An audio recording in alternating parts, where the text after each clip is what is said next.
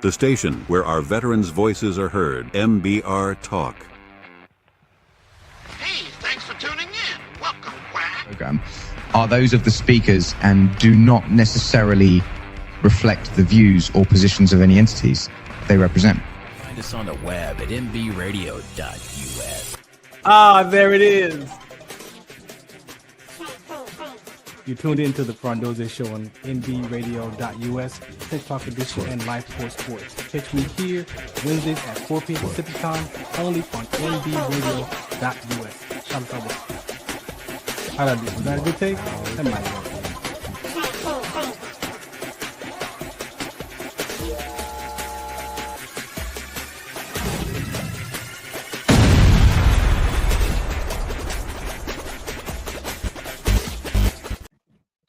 All right, good afternoon and welcome to another episode of the Farron Dozier Show on MB Radio. That's right, mbradio.us. Thanks for listening in.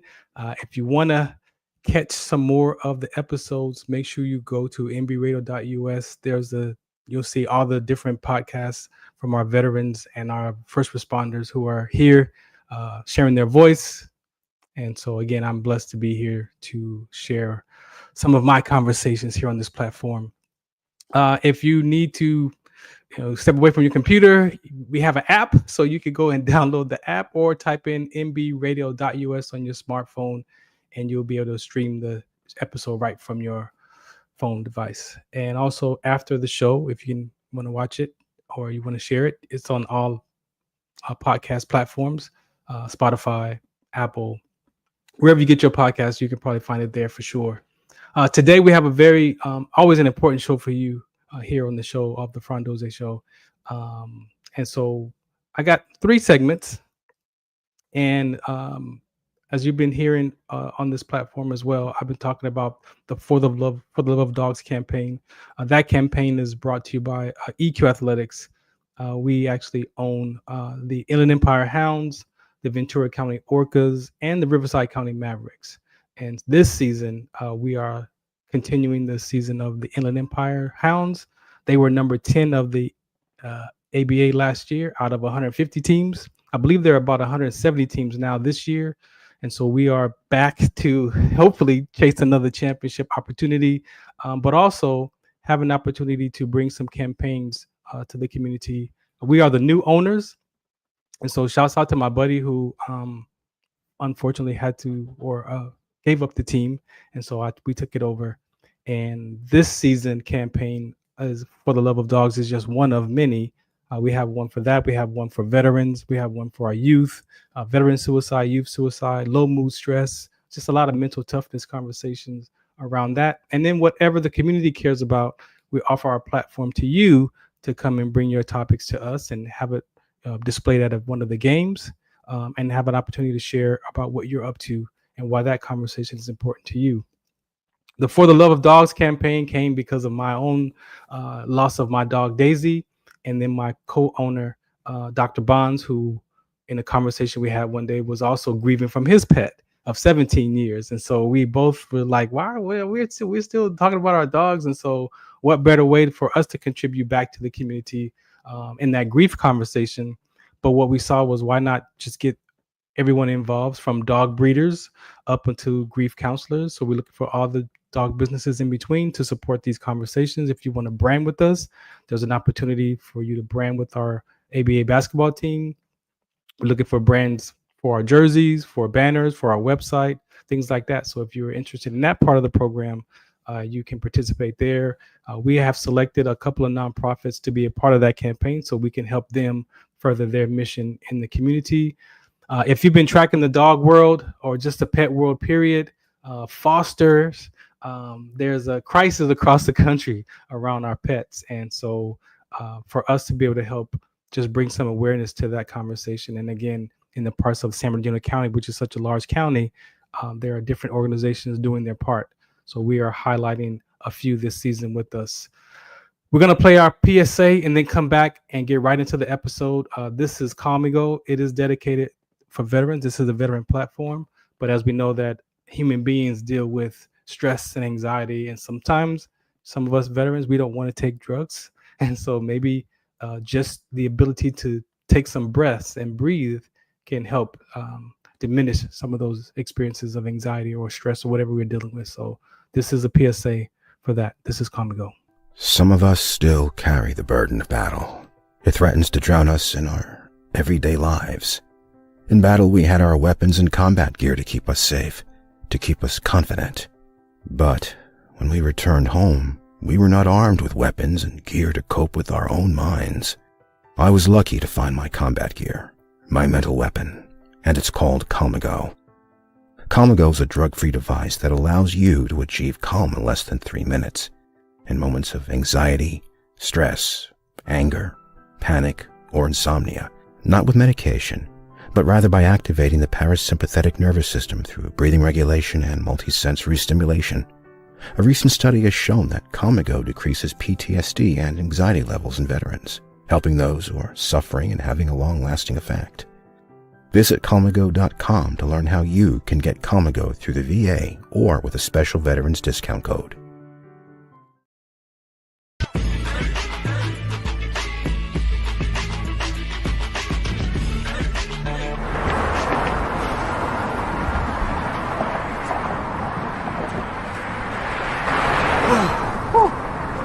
Hey, what's up, man? How you doing? I'm blessed, my brother. How you doing? I'm good, man. I'm good. Hey, did you see the game last night? Oh, that was a good game. But did you see the shot?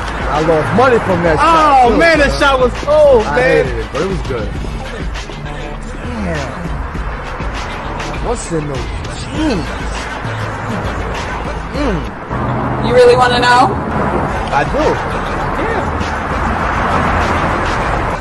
Exhaustion, muscle spasms, asthmatic issues, unexpected sickle cell trait crises. Damn. Are you serious? When I was young, I found out I had sickle cell trait. My mom's told me, but I ain't have no knowledge of it. But when I got older, I had a child, and the doctor told me my daughter has sickle cell trait. You know the facts that both parents have sickle cell trait? There's a 50% chance the child may have the trait, and 25% chance the child may have the disease. Hey, that's what's the count. Do you know that 2.5 million people in the United States have sickle cell trait, 300 million people globally? I didn't find out I had sickle cell trait until I was in the Army, 10 years. Next thing you know, I had a sickle cell trait exertion site. Sickle cell? I thought that was a black gene or something. Nah, man, the Latin community is number 2. 1 out of 36,000 babies are being born with sickle cell disease. You could be Caucasian, Mediterranean, European. You gotta know your bloodline, man. There is an inherited gene in our community that has been forgotten. The name is sickle cell trait. WDCONSCT, also known as What's the Count, is out to bring awareness, education, and prevention to people all over the globe. Want more information? Call us now at 323-215-5384 or visit www.wdconsct.org.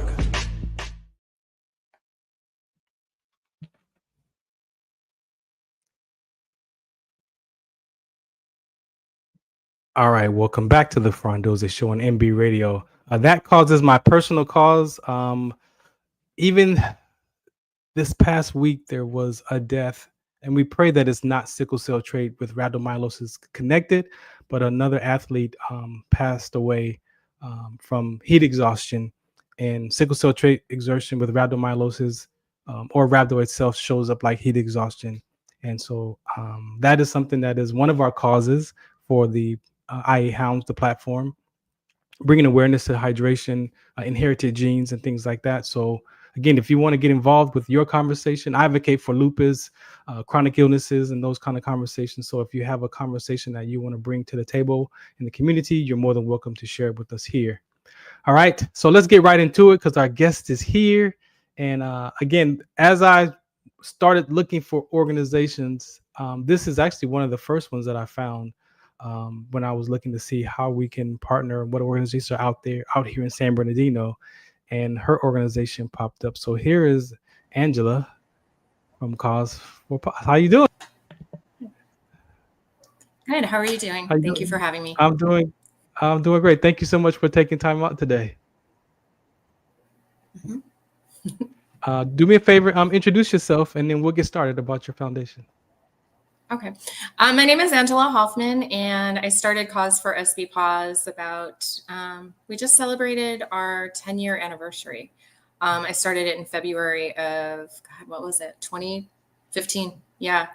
And basically started just from the number of stray dogs that I found around my neighborhood, and then also at the schools where I worked at the time. And I hooked up with the only rescue I could find at the time to get the dogs vetted and rehomed after I couldn't find owners. And that rescue was in Marietta. And so then I started looking for rescues in the area and realized that we didn't have many. So started Cause for SB Paws at that time. That's nice. That's nice. Any relationship to dogs before you started the rescue? Did you own any pets? Owned pets, but nothing out of the ordinary. Just had one dog growing up, and I think it was just moving here from the Chicago area. I had never seen the number of strays that I saw when I moved here, and so I think that just sort of accidentally got me involved in rescue, and then from there it just kind of like went, ballooned from there. So because the need is really high, still really high. Yeah, So. let's talk about that. What do you think is the trigger, or what's going on in the world of our animals that is such a large crisis right now? I mean, across the nation.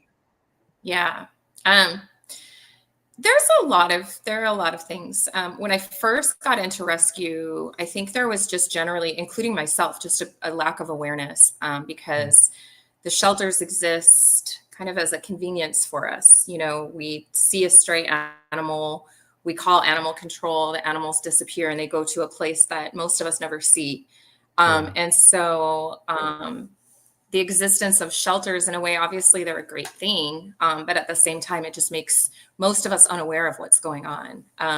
So initially, 10 years ago, I think there was a lack of awareness of what was happening in the shelters, and they were overcrowded and disease spreading and animals being euthanized, for space. And I think I didn't realize the number of animals that were euthanized. And I just thought, they go to the shelter and they get rehomed, they get taken care of. And it's really not the case. Our shelters are very underfunded and kind of look, they don't look like something you would expect to see in America. The environments are they're just not very good. Then the pandemic added another layer. Things were starting to get better. People were becoming more aware of spay and neuter. We were getting a lot of dogs adopted and out of the shelters, and the shelters were reaching no kill rate at the time. Then the pandemic happened, and it was kind of a perfect storm of several different things. And a lot of people saw during the pandemic, shelters were being empty because a lot of people were adopting. Then after the pandemic, it was a mixture of people feeling like, I'm going back to work. I don't have time for this dog anymore. So a lot of people started panicking and thinking they had to find a rescue or turn their dog back into the shelter. But at the same time, we've been experiencing a vet shortage that started during the pandemic. And also spay and neuter is becoming astronomically expensive. And you 3-4 month wait time. So just a combination of many things have made the problem a lot worse. The shelters are now overfilled again. They're inching towards, high kill. We're not having dogs adopted at all like we used to, unless we get really small puppies. So we've had dogs, adult dogs in our rescue since 2020. Yeah. Wow. So, yeah, it's gotten really hard. And thank you. Yeah, thank you for sharing that. And again, I noticed just for myself doing my research most recently, I've interviewed people from across the country so far that have had the same type of experiences. For you, around this community, let's talk about the fostering. That seems to be challenging. People, I pray that these conversations that we have allow people to rediscover the care for the dogs and animals that they may have, brushed aside or not realized for whatever reason, life happening. And as you mentioned, people get pets, don't realize the responsibility, or they move to I got to move to another apartment that doesn't accept pets. I'm sure you heard those stories. So what do you say about those kind of, screening people before actually picking up a pet? The thing about running a shelter or running a rescue, a nonprofit, private rescue versus the shelter is that we can screen really carefully. And we have a lot of serious conversations with people and try to steer them in a different direction. If we feel like the main thing is, will a dog be returned in the future? Because it's not a matter of how much money you have. It's not a matter of how busy you are, that you have to work. A lot of people feel like they wouldn't make the best pet owners because of those things. But some of our best adopters don't have backyards. They don't have big homes. They don't have a lot of money. They work full time. We all work full time. We're foster based, so we foster and work full time. But yeah, we have a lot of conversations, and we do try to make people aware of the financial costs and also the time. But at the same time, we've been trying to let people know, the ones who think they don't have enough time for their dogs, that if you go through a hard period as a pet owner, having your dog crated a little more than normal, or not walking them like you used to, or not giving them as much attention as you used to, is really so much better than uprooting them, and thinking that there's a better life for them somewhere else. The best place for them is to stay where they are, even if things aren't ideal or easy at the time. So we have a lot of conversations like that. And the shelters, though, it's really hard. They're municipal and county run, and they can't necessarily screen people. They'll try to have conversations and, guide them in a different direction as well. But for the most part, we do get a lot of people from the shelters who adopted, and they didn't really realize what they were getting themselves into. And then we have those conversations about, you're being really hard on yourself, and the dog will be okay if you crate it for a few hours a day, and, things like that. So I think people imagine that they have to be these amazing pet owners and take their dogs running and on hikes and on walks daily. And it's like, when things get hard, life gets hard for all of us, and we just do the best we can. So. Right, for sure. Thank you again for sharing that. Okay, if you had to give me like 3 things that your organization is in need of or has some concerns about in the future, what would those things be? Finding fosters, or food for the pets? What are some of those things? I think it's a bigger picture thinking would be my first answer. And it would be just the importance of spay and neuter, and how there are a lot of people, depending on cultural, in my family, like, the more close to our Italian heritage my family is, the more they don't necessarily believe in spay and neuter. Like, they feel like it's cruel. Like, like, we should all want to have babies. And it's let a dog have 1 litter, before you, spay a female. Let the male go out there and, kind of do his thing before you ever neuter. And so I think it's really just spreading awareness about spay and neuter. If we didn't have the explosion in the animal population that we do have, and if we didn't have dogs that have to be euthanized in the shelters because we're so overpopulated, I could see the discussion. But right now, when we are in the situation we are in, I think the number one most important thing is spaying and neutering. And it's hard, though, because of how expensive spays and neuters are now. So as a community, we really need to focus on opening up a spay and neuter facility, getting high volume spay and neuter available to the public, and then funding it so that people are paying maybe max $50. So that would be our number one thing, is spreading the word about how important spay and neuter is, because unwanted litters, puppies are cute, but they grow into adults, and then and those are some of the unforeseen things that people don't pay attention to. Like, oh, they're cute, they're gonna have 12 or 6, 7 puppies. But then you don't think about, okay, then, like, so my daughter, I hope she don't get upset, but she has 3 dogs, and so they had a litter, and so now she's actually got like 6 dogs, and it's like, whoa. And if nobody purchased them, if nobody wants them, then it's like, then you're taking care of them. Yeah. From that point on. And then it's hard once they hit about 4 months. It's really hard right now. In how it is right now, it's hard to get them adopted once they hit 4 months. And then at that point, you're right. Like, am I going to have these 3 dogs now for the rest of their lives? And then you end up having 6 dogs, and then you're kind of overwhelmed, and so it's a lot, to have a dog, even have 1 litter. We get a lot of requests for help like that too. People will say, "Oh my God, I didn't realize my dog got pregnant, and I don't know what to do." Yeah. So spay and neuter, and then what's another one you would think? I would say fostering. People considering to foster rescues. You should definitely research any rescue that you get involved with, because rescues should be very supportive with materials, supplies, supplies, like crates, food, X pens, just like whatever you need to add a new dog to your household for, a while. And it can take a while for a dog to get adopted. So just also keeping in mind that you can be fostering. We've had some dogs in our foster care for years.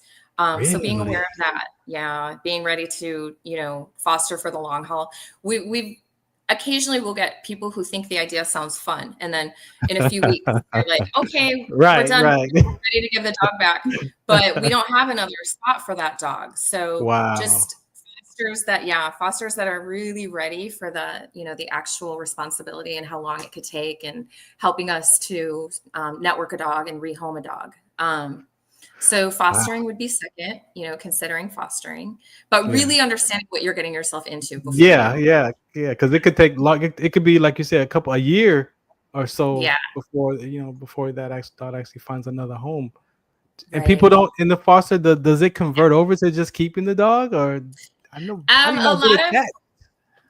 a lot of people they call it a foster fail, and so they have had the dog for a while and the dog feels like part of the family, and then they decide to just keep the dog. And so we call it like, "Oh, I foster failed." And they wind up keeping the dog. And that happens a lot. Like a new foster, they'll think they're just not ready for a new dog. So they decide to foster. And then within 3 to 6 months, if the dog's not adopted, they're like, "Oh, the dog's become part of the family. Can we just adopt?" And so that happens. And if you got one more, I'm looking for 3. If you got one more that you feel would be important. I think donating to local rescues, because a lot of people will look at, the bigger foundations, and Best Friends Animal Society, like they deserve all the donations. And so does the Humane Society. But there are so many mom and pop, small grassroots organizations that really need the donations. So if people take a look at, the smaller nonprofits in their communities, those are the ones that could really use monetary donations. Blankets and towels and things like that are always useful, but the majority of our expenses are in vet care. So the monetary donations are usually most helpful. I spoke to an organization, and they got a dog that they picked up, and it needed surgery, and the surgery was like $3,500, and they had to pay for it out of their own budget. And so they were like, funding for surgeries and dog care is just important as well. So thank you. Yeah, definitely. All right. Well, let them know how they can find you, and if they want to reach out to you. Yeah, definitely. My email it's cause4sbpaws@gmail.com, but it's cause and then the number 4. So it's cause number 4, SB for San Bernardino, paws, PAWS @gmail.com. My website is cause4sbpaws.org, all spelled out normally. And then we're also on Facebook, Cause for San Bernardino Paws. And we're also on Instagram, Cause for SB Paws. So come look us up. Our available dogs are on our website. We have about 20 available dogs right now that have been looking for homes for a long, long time. Okay. So, thank you for taking time out today from your schedule and sharing this important conversation with us. Thank you for having us and helping us spread the word, for sure. All right. I'll talk to you soon. Thank you. All right. Thank you. Right. Bye-bye. All right. Again, this is the Farron Dozier Show on MB Radio. That's right. MB Radio, Farron Dozier Show. If you got questions, hit me up at Farron Dozier on all those platforms. You can find me Facebook, Twitter, Instagram. All right. We're going to take another public service announcement and then come back and get right into our Trench Talk episode. But my guy Vic is here. We are not strangers, but I wanted him to come to the MB platform and talk about his military experience with us here. So we'll be right back on the Farron Dozier Show.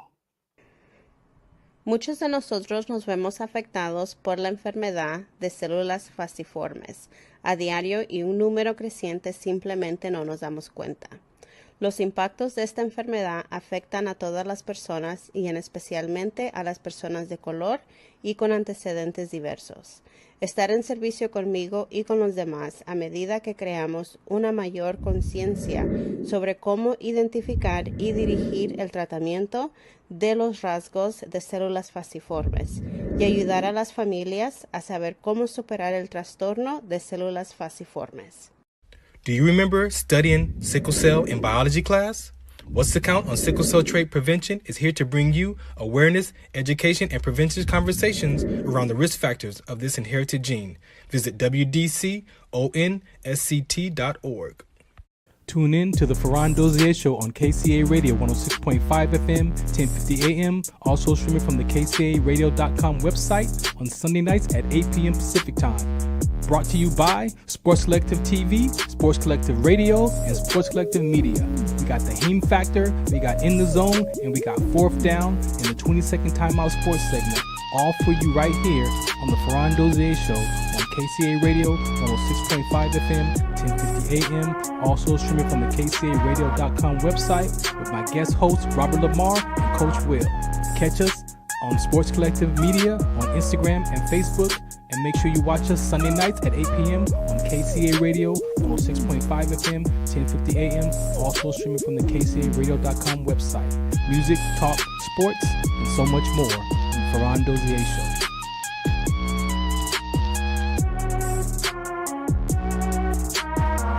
Zetovia salve, made from natural and organic ingredients, good for inflammation, poor circulation, hemorrhoids, yeast infection, lip sores, dry coughs, eye pain, minor cuts and bruises, and ready to purchase at botanicaherbalco.com.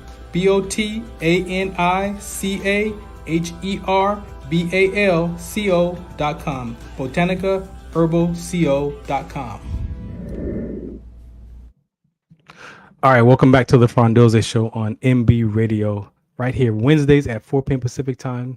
Make sure you catch the episode afterwards. We're on Spotify, YouTube, and all the streaming platforms. This episode next is my Trench Talk episode. I actually had Vic on the Farron Dozier Show on KCA Radio on Sunday night, and he was actually live in studio. And so I wanted him to come here as him being a veteran to share with our veteran community on this platform about what he's up to and who he is as far as his military service. So up next is Mr. Vic. How you doing, sir? What's up, Farron? Long time no see, man. When did I just see you? Sunday night? Yeah. Cool, man. How you been? I'm doing good, man. Doing good. Plugging along. Yeah, good, man. Thanks for taking time out this afternoon and yes, sir. Being on the platform here. We're not strangers, but do me a favor, introduce yourself and we'll get started. All right, my name is Victor Oshana. I'm from northern Los Angeles. I live in a town called Santa Clarita. I'm the owner-operator of SCV Dog Training. So let's go some, life before service. What was going on in life, that had you pick the branch of service that you are in, that you served in for those years? So grew up, born in New York, raised up in Connecticut, lived in like a pretty poor town. It's called New Britain, Connecticut.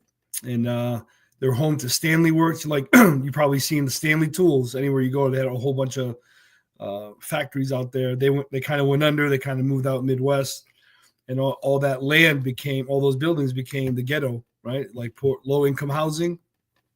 And it was like the New York all over again, but in a central Connecticut. So lower middle class family. Parents were both Middle Eastern from Iran. And my grades they're good, but they were that great to get into college. So I was like, what, if I'm going to make it out of this city, this town, I got to do something for myself. And it was the military. Back a little bit before the military conversation, I know you play sports. Let's talk about the sports. Grow up in your environment. What was that sports world like for you? So being Middle Eastern, it was soccer, right? My dad's made me and my brother play soccer. Then got to middle school, and then there was doing all this great basketball and football and tennis and all, and like just we're just naturally athletic due to all the running we did in soccer. Oh yeah. And then inner city kids, it was a size large school in New Britain, so we were playing football with some big boys. Tabucky Jones graduated from my high school. He's a Super Bowl champion with the New England Patriots. Even Aaron Hernandez, he played in Bristol, Connecticut, and that was from the New England Patriots as well. We played up against him, so a lot of good talent coming out of there.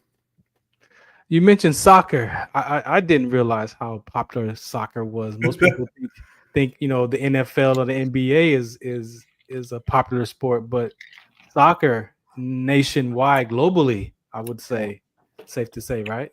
Oh yeah, it's billions of people watch soccer and a couple million watch American football, right? So it's a bigger thing. It's a bigger animal. It's been around a lot longer as well. I have a sports segment on the KCA radio, and we talk about the high school sports. So the transition I've heard from soccer to other sports, developing the footwork is major. Would you agree to that? 100%. You got to be able to stop on a dime, turn, accelerate, and also be able to get yourself between defenders, right? Making a judgmental pass on the run, right? So you got to think of a quarterback, a running gun quarterback who's on his feet. Like I go back to like a Randall Cunningham or Michael Vick. You got to be quick on your feet and be able to make a precision pass. Same thing happens. You're running full speed. You got to stop on a dime and lead a guy into the next position. So it's quite similar. Yeah, I appreciate that. Your family from Middle Eastern, and you're coming to the United States, and then the class that you say you were in. How did you know you were in the lower class, or how did you deal with that as a young child? Because our peers can be hard on us, right? Yeah, our peers can be hard on each other. But how did you deal with that, if at all? Not even. I didn't realize it when I was in it, right? And because when you're in it, you're a kid. Innocence is bliss, right? Then you start getting older, then you realize it. That's when the other classmates start clowning on you for wearing, I had BK Knights for shoes. Like I had the LA Gear shoes that lit up, and other fools are rocking Jordans, and here I am with whatever mom could scrape together for us, So it was quite humbling, and so it did, like you ever hear that saying, like, just so my kids never have to go through what I did, and that's what we're trying to make sure, leave a better path for them. What would you say that you took away from mom and dad and experiences now that you're a father of children? So how, looking back on that, what did you take away for yourself that you implement for your children? Man, you're not holding any punches, bro. You're throwing some questions at me. I mean, to be honest with you, like growing up, I'm the youngest of three siblings. So it's me, my brother, then my sister. And there's always that competition, the favoritism. Who do you love? You love this one more. You love that one more. And my mother told me, it's impossible. I love you all the same. And I love you so much. And she asked me the other day, she called me. She's like, remember, you ask me all the time. She goes, so tell me which one of your kids you love the most. I was like, you can't. I was like, so that's something that stuck with me, is like, I get it. The love of a parent. When you're young, you may not realize it. But when you get older, you see the sacrifices. It's not so much of a sacrifice, because I don't think I make sacrifices for my kid. I just show up. I'm a dad. Right? That's my job. There's no like some friends I have. They're like, I got to babysit my kid. I'm like, you babysit your kid. I'm watching my children, educating my children. Right, bro. Home is the classroom where they get to study and do all the tests I give them, and then the real world is out there. So it's what I learned is, give your best with them at every chance you get. That's it. I like how you said sacrifice, because that is one of the words that I remove from my vocabulary, because it makes it feel like you got to give up something to do this, right? And like you said, if you're doing that with your own children, people say that with their sacrifice. And I just believe that if you're doing what you're supposed to be doing in life, then it's just life happening, and you're taking on life as it comes. But if as soon as you are words like sacrifices, like I got to give up this to go do this, and then now you feel like you're missing out, or the FOMO, the fear of missing out, kicks in, and it's like, I don't want to be here. And then I think that really gets in the way of us emotionally as people, not just men, but as people. Yeah. Who are you to think that you're giving like you could be gone tomorrow and the world would not even blink? You know what I mean? So we got to make every day matter.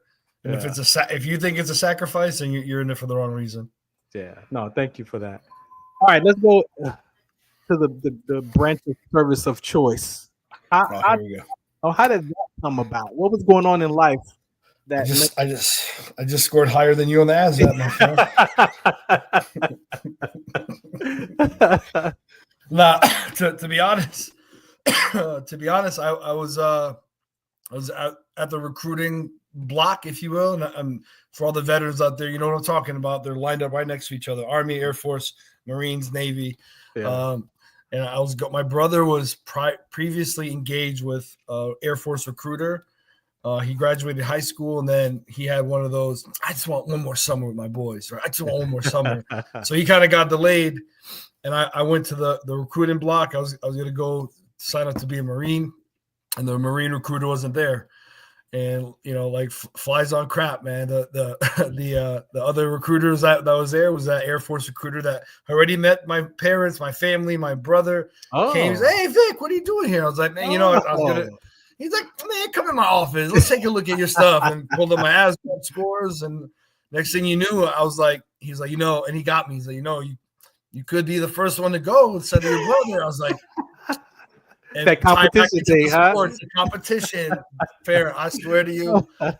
I went home and I was 18. I signed up and I went home.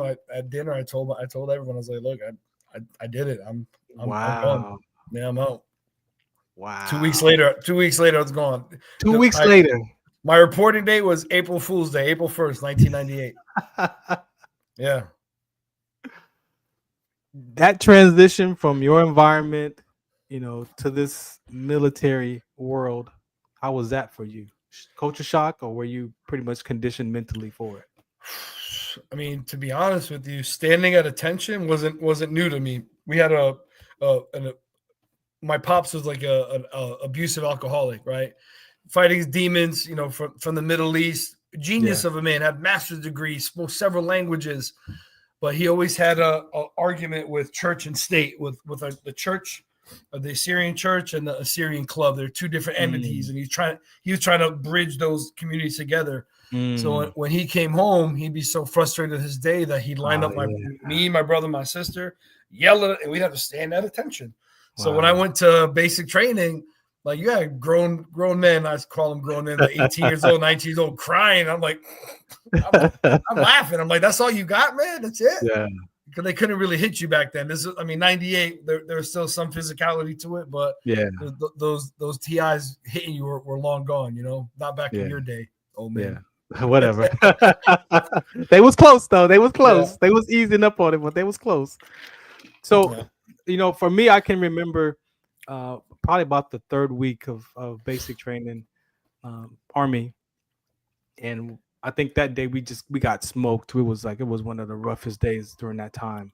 And, you know, took the shower, we slept in PT gears because we got up at 4:30 in the morning. So you already dressed. So I'm on my top bunk, man. And I'm just looking at the ceiling and my mind is just going all over the place.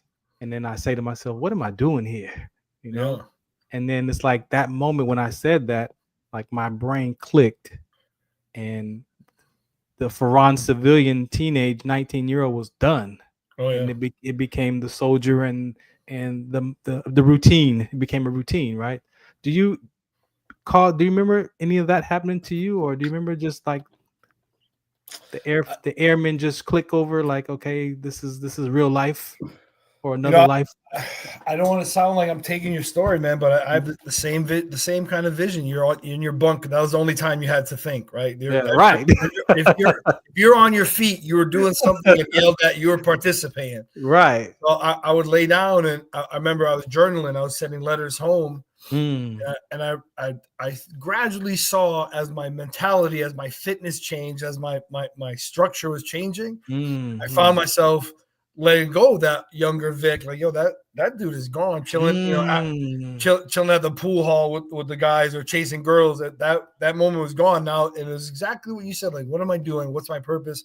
How do I get in that military mentality? Because we didn't know it back then, but they were breaking us down mentally. Oh, yeah. To reprogram us, right? Yes. And it was a wide wake up call because I'm like, yo, there's no going home after this. Like, oh, come pick me up, Mom. You signed up for this, right? And they made it. They let it be known that if you try to get out or fake you're going to Leavenworth. You're going to go to prison for Article 92, disobeying direct order, breach of contract. I was like, I'm not trying to do that. So right, I did have that same, and what was crazy was we had the drop ceilings where all our civilian gear is behind the door. And on the weekends, our TIs used to leave us alone. So I remember me and the crew chief, the flight chief, we popped open the ceiling. We sent our smallest guy over. We got our headphones. We got our Walkmans. We were listening to music. And I was laying down underneath the bed on the bottom rack, and I was just listening to music, and I just saw the shiniest pair of boots, laced up, tucked in. Oh my God! And I was like, "Oh no, bro!" He was on a Sunday at noon too. I was like, "Bro, what the hell?" Oh. He ran us to death, took all our gear, smashed it. So that's another one of those wake up calls where I knew that this is not this is no more playtime. I can't get a slap on the wrist anymore. Yeah, I appreciate that, and acknowledging you as a combat veteran, I can only imagine, having to go overseas and having that aspect of the armed forces career be a part of that. When all of us go through the basics of it, and you're already preparing your mind, right, to be prepared to go when it's your time for your unit to be deployed. How was that for you when it was time to get that deployment on and the job that you picked? Well, some of us are a special kind of crazy, So some of us we trained for, we wanted it, hungry, you're hungry, you wanted it. You're at the time like 18, 19 years old, full of testosterone, around a bunch of other alphas, and that's what you trained for. That's what you wanted to do. Yeah. Now, when you're in there, when you're surrounded by you got rockets, mortars coming in, bullets whizzing by, you're thinking, holy, what that same conversation from day one, right? What am I doing, bro? Right. Then it's like training takes over. You're like, okay, I go flank position, get here, get down, like cover fire, suppression fire, go like it. You don't have a time to think. Yeah. So it was, to me, it was eye opening because my mother was the one who was most concerned because no matter how old you are, how big you are, my mom calls me Tackleberry from Police Academy. If you remember that movie, there's the comedy Police Academy. She'd be like, I don't care where you go, I'm gonna pray for you. And she always liked candles and send me pictures of Mother Mary. Moms. Yeah, man, it's beautiful. But I know I'm rambling a little bit, but no, you're good. Question, you're good. It was when you accept the orders, like you get the orders in front of your boards. It's not like they send you an email, like, hey Vic, you're going, you're at roll call, like Oshana, Rapier, Johnson, Holloman, step up. You guys are getting deployed. Bag drag 0500. All right, so get off duty, go home, pack your bag, and you always had a bag ready, the go bag. Yeah, but that's when it really kicked. Like, all right, tomorrow you got 18 million appointments back to back. Go get your shots. Go get this. Go get that. Yeah, all of that. Looking back, at your career, is there a moment that stands out for you as far as your experience, good, bad, or indifferent, for all three? Yeah, mine would be, I think I told you the other night, was September 11th, when the planes crashed into the Twin Towers. So I'm originally from New York. So that kind of hit home for me because, New York we have, people say New Yorkers are tough, but we still love each other. It's a love city. Yeah. I was part of a QRF, which is a quick response force, and we were assigned to the footprints of the runway. So we handled all the rotators, all the supplies coming into Prince Sultan Air Base. We call it PSAB. So I'm about 6 miles off base in the footprints. We have windstorms at night, so there's really no roads. It's just big sand dunes, and we had those old brick radios that you're very familiar with. Yeah. So those things are line of sight. There's no satellite at this point. It's just a tower, that signal hitting that tower. Yeah. And those sand dunes, if you're in between one, you're not getting any comm. So it's mid-morning there or midday there, and all you hear is gunfire. And usually they have weddings, it's celebratory fire, but this was everywhere. 360 people just shooting, cars going crazy everywhere. And I can't get no one on the radio. I just hear broken static. So we get up to the top of one of these dunes. We hear ThreatCon Delta. The base alarm's going off. The Saudis are closing off the base. And we find out that September 11th happened.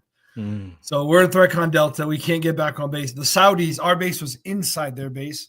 They shut their base down and we couldn't get back on. So for 3 days, we sit outside the wire. They're throwing MRE boxes over with us. And the Saudis are a specific group that don't let you just go on their base. So they had a representative with us. Wow. And this dude was just, after the first day, he's like, I'm out. He just left and started walking in the desert for me. This dude just left. I was like, bro, and he had a little cricket phone. I was like, bro, I tried to tell command, I'm like, hey, this dude is MIA. He went on his own. We had nothing to do with it. So wow. Yeah. That I can't, like I said, I was actually stationed in Michigan. I had transferred to Michigan, and I was a supply sergeant for Light Guard Armory. And we actually were deployed to protect the border from Canada as that started to happen. I got pictures of you on the flyer holding rockets. Of course, the M4, the weapons. Talk about that part of your service. We all get connected to our weapon. My name, my weapon, my M16 was Betsy. What was your relationship to your weapons and to that whole, to being around all that, man, rockets and missiles and. Man, it becomes another appendage of you, right? When you're the tip of the spear, you got to be sharp. You got to be on point. So you constantly, if you're in the desert, we constantly have to wipe those things down, make sure they're not heavily oiled so they don't get jammed on you. Because the last thing you want to be is in a tick. Your gun doesn't work. Your gun's jammed, so you can't lay down fire. You can't help your brothers out. But to be around that at first when you're young, I want to take all the pictures, all my boys. Yeah, look at me on the block. I got. But after a while, it was like, how do I hone this instrument? How do I hone this instrument to be, because they say it's not the arrow, it's the Indian.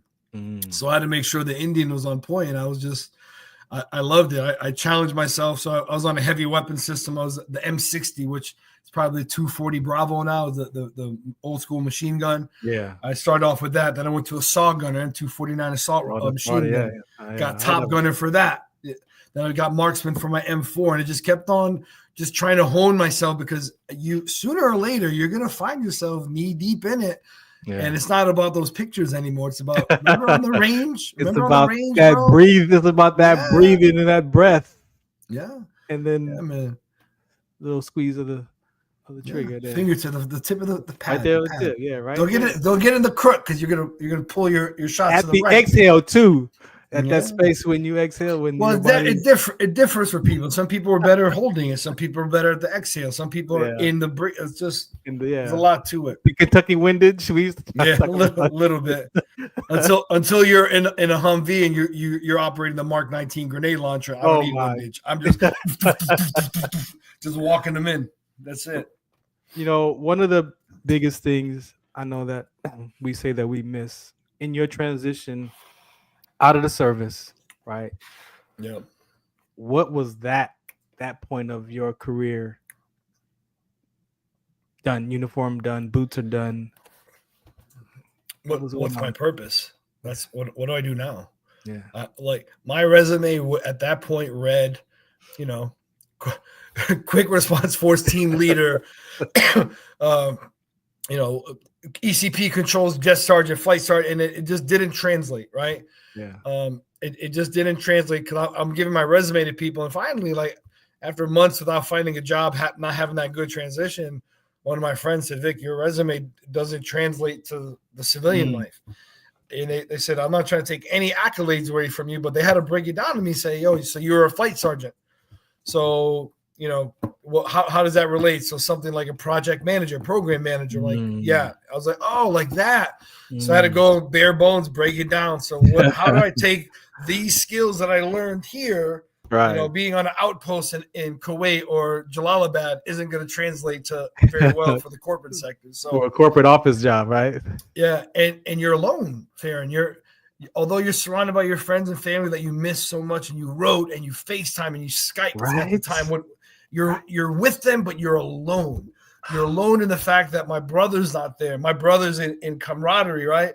Like if you're in a DFP and my foot's touching your foot, you're covering 12 to 6. I'm from 12 to 5 on this side.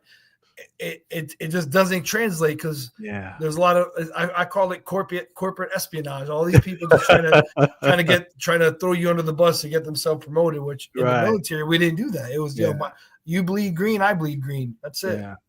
I appreciate you pointing that out because for me, even one of the conversations that we had is that from day one, you can't worry about where your wife, your girlfriend. Because if you're over here daydreaming, you can get your whole squad killed and all this other stuff, right? And so at 19, I took all that to heart. Like, oh shoot, what I could articulate to you today is yes, that allowed me to. I was already an emotional child. That allowed me to even suppress my emotions even more, right? To disconnect from my family, and so I can only, for myself now. I've been retired now 12 years. It's still different mindset to reconnect with family because I still miss the camaraderie of the service. Yet here I am as a grandpa now, and I've got to be present and engaged. But there's still a little bit of disconnect from the family because you've learned to suppress those emotions, deeply. Yeah, I think we brought it up the other night, Sunday night. Like I think you would benefit from it. Well, you benefit from it with this show, and that's a great outlet for you. I'm proud of you for that. Good job. I think I need to invest some time in the VFW or Legion, just so I can surround myself with, because some of the stories you'll tell, like we'll be around the fire pit, like, and I'll be on a guy's trip. And he'll tell us something about the thing.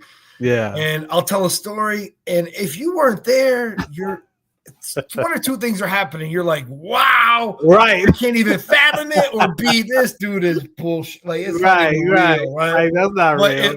But when my friends come and visit, and we're back at that same fire spot, the fireplace. Remember that time we were in Diego Garcia on a volcanic rim of an island, and we broke into the morgue, which was used as a beer cooler because people were drinking too much on base, and we got beer for the party. He's like, yeah, I was there. And then people are like, that shit was real. I'm like, yeah, bro. I'm like, but you would never believe a story like that because it sounds like something made up on TV. Yeah. But stuff like that happened. You know what I'm saying? There's no statute of limitations. So if any of my first audience watch this, it's over. You can't get me. But I appreciate you acknowledging the show because this actually became my therapy initially. This is what I found broadcasting 15 years ago, lost and life is over. And, we all find our different ways of therapy, right? Our own personal ways. And we go I definitely suggest going to the VA, taking cognitive behavior. But sometimes you got to rediscover yourself. And this became from a hobby, to a passion that I've been at it for 15 years now. And so this is like my own personal therapy. Being connected to people like you who serve. When you meet a veteran, it doesn't matter what age, what branch, what color. It's like we are instantly connected as brothers and sisters at arms. Except the Coast Guard. I told you I got friends in the Coast Guard, bro. I'm kidding, bro. I'm kidding. Those guys. Yeah. So in your transition, I remember that briefing was like, hey, you're not gonna find your job until probably your third or fourth job before you find a place to settle in. Yeah. You creating, your dog training business. Tell me, how did that come about? Man, I was a senior account executive for a software company. I was the number one sales guy for the last 3 years, and they kept on having to move the quota bar because of me. Right, I was just closing deals and making it so. After the pandemic, still made it through, and they just started cutting people and cutting our funds. And I saw the writing on the wall, but I survived like 5 rounds of layoffs. I was like, all right, man, I'm like, this ain't a good way to live, but I'm still paying the bills. I'm still doing good. I'm still making passive income with all the side, the commissions and stuff. Yeah. And then I started training a new guy, and I didn't see the writing on the wall there. That new guy was my replacement. Young kids straight out of college. Snap! And they could pay him less now, and they could rewrite the commission straps, the steps, because So he's new. he's new. So I got kind of beat up about it, and I was feeling down for about a day or two. And then my amazing wife said, get your head up, man. Get your head out of that. And she went and she opened her computer, and she had gone and built me a website, SCV Dog Trainer. She goes, "You're good at this. People talk highly about you," because I started doing it word of mouth just for friends in the circle. Yeah. And I trained the guys Belgian Malinois. And I don't know if you're familiar with the Belgian Malinois, but that's like the Corvette of dogs for police dogs, military. Oh, wow. Yeah. So one guy called me up. He goes, "I got your number from this guy named Joe." I go, What? He goes, "Yeah." He goes, "I went to this busy corner store, like a bodega, and I walk in, and there's a Belgian Malinois sitting there, not moving. And the guy's shopping, and he comes back, and he goes, 'I want to know who trained your dog.'" And he goes, "That's not." And I was like, "That's what's up." So, oh wow. So I just been, since February, I've been running with it, man. Just word of mouth. I got the website. I did a couple. I think you found me with one of my Facebook ads. Yeah, when your ads, yes. Yeah, man. I got a Belgian Malinois downstairs that I'm training right now. Really? Yeah, he's a beast. So our campaign for the Inland Empire Hounds, it was one of the reasons why I saw you. My algorithm just came all dogs from all the dog ads. I got them all now. Oh yeah, I got them all from all over the world. How is that for you? I mean, what is that experience like to be able to connect with an animal and all the training that we go through? I know I trained my boxer, Daisy. I could just move my eyes, and she knew what command that was. So I know that we have the ability to train us. And so how's that for you? That experience. I mean, it's amazing, and I'll tell you why. It's amazing because you don't get to understand, like, when people train their dogs, they have oh my God, she's doing it because of this. I'm like, you have no idea what you like when you learn the psychology behind how a dog's brain works and the science behind it. It's almost like a cheat code, because I get a high off of it, because I'll see people, they're like, "I had this problem with the dog." Within the first 5 minutes, Farron, I already fixed their problem, and the person is giggling, like giddy giggling, like, "Wait, I can't believe it." And it's that hope that I give them.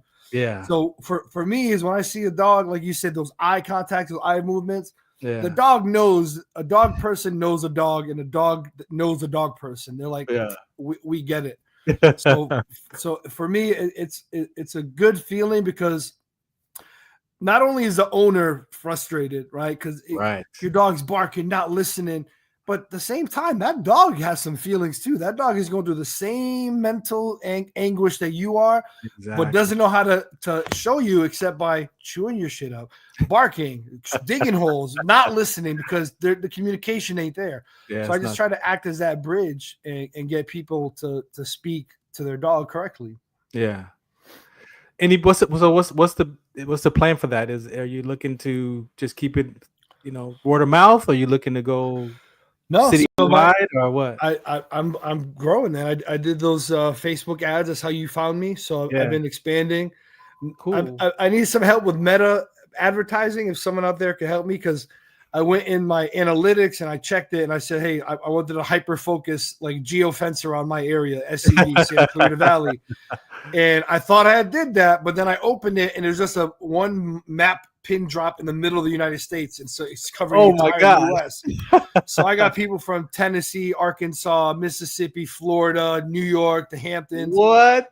I'm like, "Hey, I'd love to help you. Like, where are you located?" They're like, "Oh, I'm in Texas." I'm like, "Bro, I can't." I'm like, I can do. Which, here's the thing, I do offer video and phone conferencing, and I have these booklets of, you tell me what your issue is, I'll send you that booklet. And a video of how to do it, right? So I'm working on the videos. I have dogs that I work with that I can show these problems, but for people who are really hurting, that need help, there's always a solution. You gotta be that. You gotta be on ground. Yeah, you gotta be there, man. Anything that I missed that you want to share, or anything that you want to touch on something? Yeah, man. If anyone needs any dog training in the LA area, scvdogtrainer.com. My name is Victor. 661-221-5008 is the phone number. Hit me up, man. I'll be happy to help you guys out. And I definitely look forward to connecting you with us as the IE Hounds. We got 6 home games. We got two tournament games, which is 4 games. That's going to count for home, but we got 6 official home games. So I would love for you to pick one of those when I give you the schedule published. Pick one, come and hang out with us. Right. Invite folks out and maybe get some funds to help you.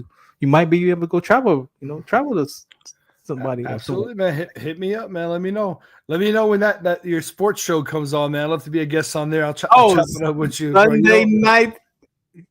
More than welcome. You already know. Just let me know what the topic is. I could brush up on what we're talking about. And they're ramping up right now. So football season is coming in. So my sports crew is ramping up right now.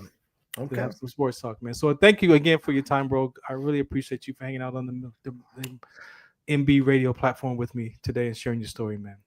Thank you so much, brother. Keep your head down. Anything you want to say to your family? Shouts out to you. Shout out to my kids again, Charlie, Libby, Remy, Ramsey. I love you so much. Thank you so much, Farron, for this opportunity. I really do think you're doing the Lord's work, man, reaching out, putting all these people together, these puzzle pieces. And he put you in my life for a reason. So I hope this thing flourishes and grows a lot more. No doubt, man. I appreciate you for saying that. Thank you. All right, brother. Be good. Goodbye, everybody. All right. This is the Farron Dozier Show on MB Radio. Again, thank you to Vic for calling in and being on the line, sharing his story. The Trench Talk conversation before, during, and after service. That is something that's near and dear to my heart. I do have a show called Music Marks Place and Time, the soundtrack to life. And so sometimes we, on the platforms that I can play music, there would be music added to those conversations to paint a bigger picture of those conversations about our life. I believe everybody has a soundtrack. All right, so we're going to come back. I'm going to play a couple PSAs. My next guest, Chad, is here. Again, just thank you all for being a part of this conversation today. I actually want to play one of these songs. Let's go here. This is the Farron Dozier Show on MB Radio. Shout us out. What's the count?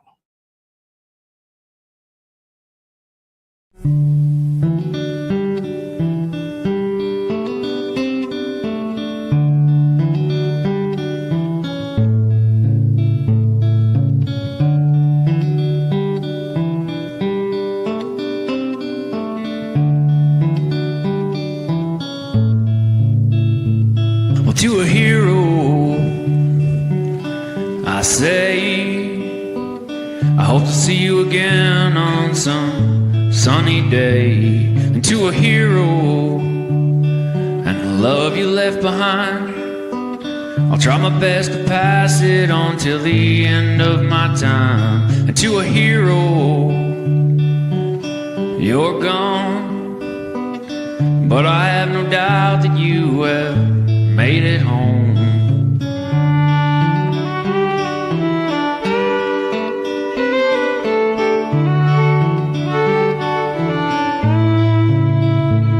And to a hero taken way too soon, over there in that dusty country, an Afghan afternoon. To a hero and the little one you left behind, I hope he grows up with your passion, I'm sure he will with time. And to a hero, a warrior through and through, you were taken way too early, what can we do? Well, we can try to keep your spirits alive, we can try to be nice, we can not take for granted all the beautiful things in our lives. We can be the change we want to see, and we can listen to the wind pass through the trees, and speak the words we know are true for our heroes. This is what we can do.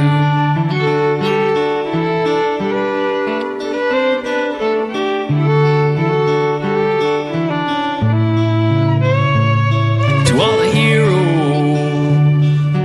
taken from our lives, at home or in those countries, fighting for what's right. Now we can do this for you and all your kin, and make this world a better place for your kids to grow up in. And we can try to be true, admit when we don't have a clue, and be there with the ones we love until our time is good and through. And we can be the change we want to see, and we can listen to the wind pass through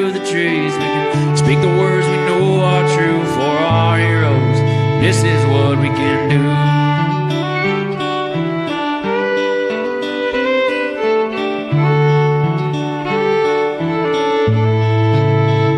Yeah, we can try to keep your spirits alive, and we can try to be nice. We can not take for granted all the beautiful things in our lives. We can be the change we want to see, and we can listen to the wind pass through the trees. We can speak the words we know are true for our heroes.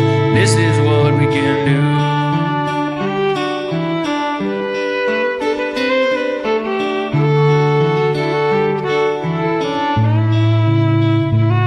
Well, to a hero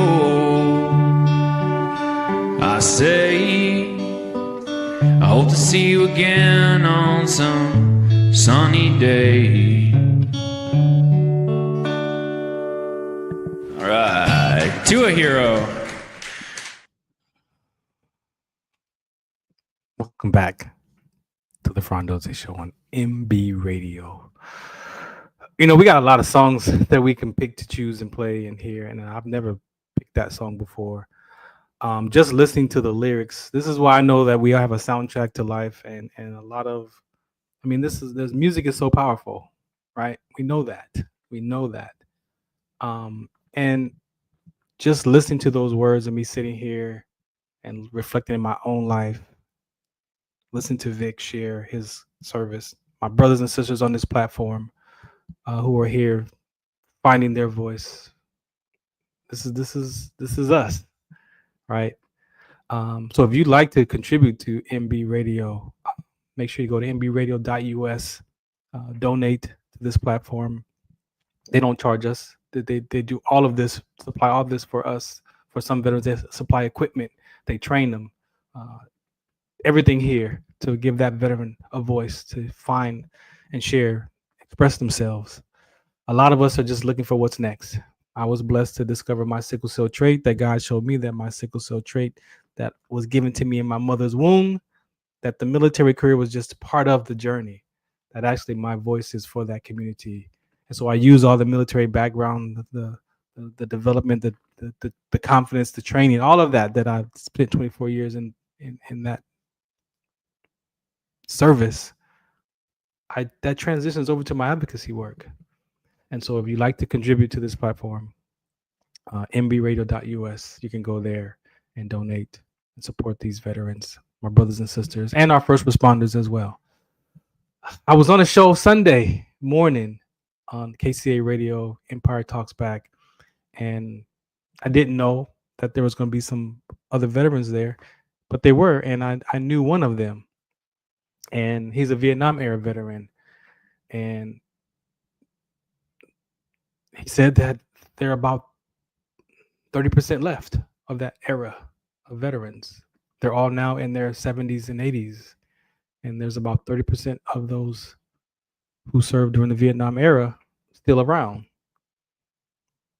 And for various reasons, of course,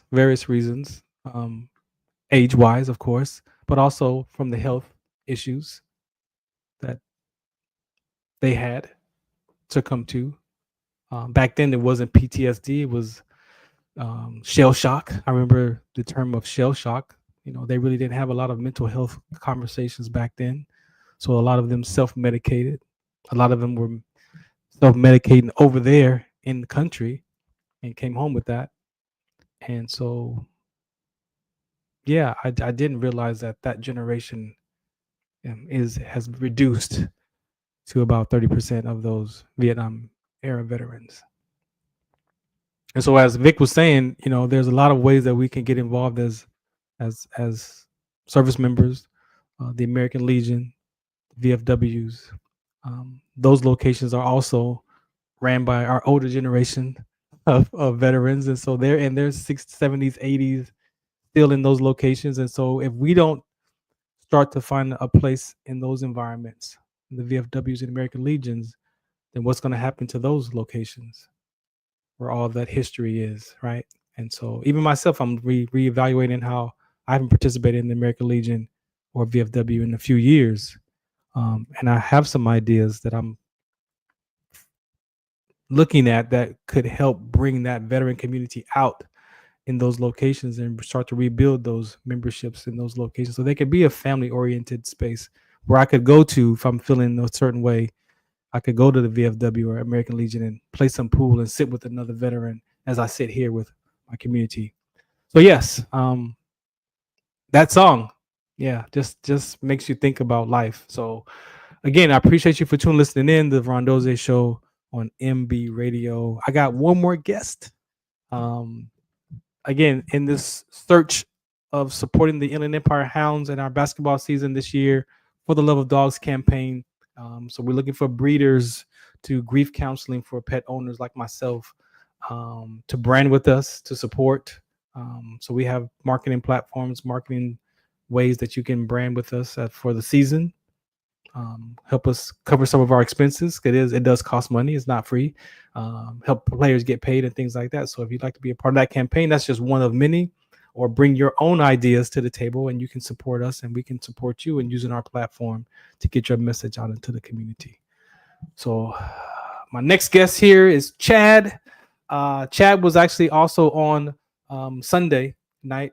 I thought that was going to be like a 7 to 10 minute conversation, but my man just came on the line and he was just speaking to some whole life of stuff that I have been sharing. I didn't even realize that he had looked at the other stuff and just dropped some information. And I was just like, wow, man, you got to come back. And so I invited him back here on this platform to share. So up next is Chad. How you doing? Good. How you doing? Thank you very much for having me back on. I'm sorry for just spilling that all out. As you get to know me, you'll know that I kind of just share anything and everything. I'm definitely an open book, and sometimes I kind of run on, so I apologize. No. Actually, it was perfect. It was perfect because my shows are 99% organic, and so when you came on the line and you shared that information, it really was like, wow. Like you sometimes, I mean, I've learned even my advocacy work, even with these talk shows, people look at how many people watch and all that, but it's not about that with me. You just never know who's going to hear that conversation either that day or later down the line. And so when you came on and you shared what you shared, I was like, well, this is serious. This is more than just about dogs. This is about someone who heard some conversations that it resonated with you and you could see something for yourself, and you shared that. And so I appreciate that, for you bringing that up. So do me a favor, introduce yourself. If you can adjust your camera just a little bit, your top of your head is cut off just a little bit. Sure. I apologize. Yeah. No, you're good. I don't want to. Let's see if I can do. Yeah, there you go. A little bit of this. Yeah, just want to make sure you're not cut off. Yeah. Perfect. Yeah, perfect. Thank you. Okay. So do me a favor. Yeah, introduce yourself. So first off, again, because I'm on the MB radio and I said it before, I got to say it here. Thank you to all the heroes. That song was perfect, by the way. I feel like you and I have a very similar mindset to life, and everybody has a soundtrack and all that. And wow, what a song! But thank you to all the heroes out there, wherever you are now, or if you're a family member of a hero that's somewhere out there that has sacrificed, made the ultimate sacrifice. Thank you. They're never forgotten. We may not know their name, but we know what they did for us. Yeah. And we just want to say thank you very much. And a little choked up from that. I'm a very emotional guy. So, no, it's okay. You're in the right space. My name's Chad Boone. I'm based out of Akron, Ohio. And so pretty far away from California there. But I shared very quickly early childhood, 6 years old, just as I became baptized. My parents got divorced. I was living in Missouri at the time, and my dad basically abducted me and my older sister, and took us off to Oklahoma. And my sister has since heard this, and full disclosure, she doesn't want me to get too far into the weeds. No problem. Her No personal problem. life too. Of course. So, but we carry that baggage, that trauma, and I was saying about, you got to give everybody grace. You don't know what they've been through, just from seeing them face to face or having a conversation. And sometimes you can know somebody for decades and never know what they've gone through. Right. And so being abducted and my mom coming around, finding out where we were and getting us back. And this was early 80s, like 81, 82. Yeah. And it took until I didn't have a guy in my life. I didn't have guidance until my stepdad, now my dad, I call him my dad, came into my life, as an early teen, and showed me what it meant to be a man and how to treat a woman and how to sacrifice for your family and work 3 jobs, and just learning life at that point. And unfortunately, my family dynamic, my father came back in, my biological father came back into my life, and we kind of had to navigate and had this pull and tug of that whole situation till the day he died. And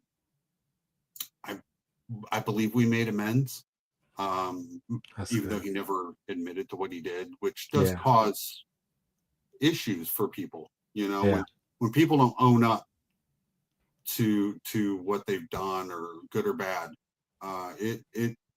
it causes trauma on somebody else. So I feel like you really need to if you did somebody wrong, own up to it. Apologize, give them some closure, because both my sister and I and my mom, frankly, have all seen repetitive cycles of how this trauma affects our daily life, no doubt, personal life, work life, inner relationships between us.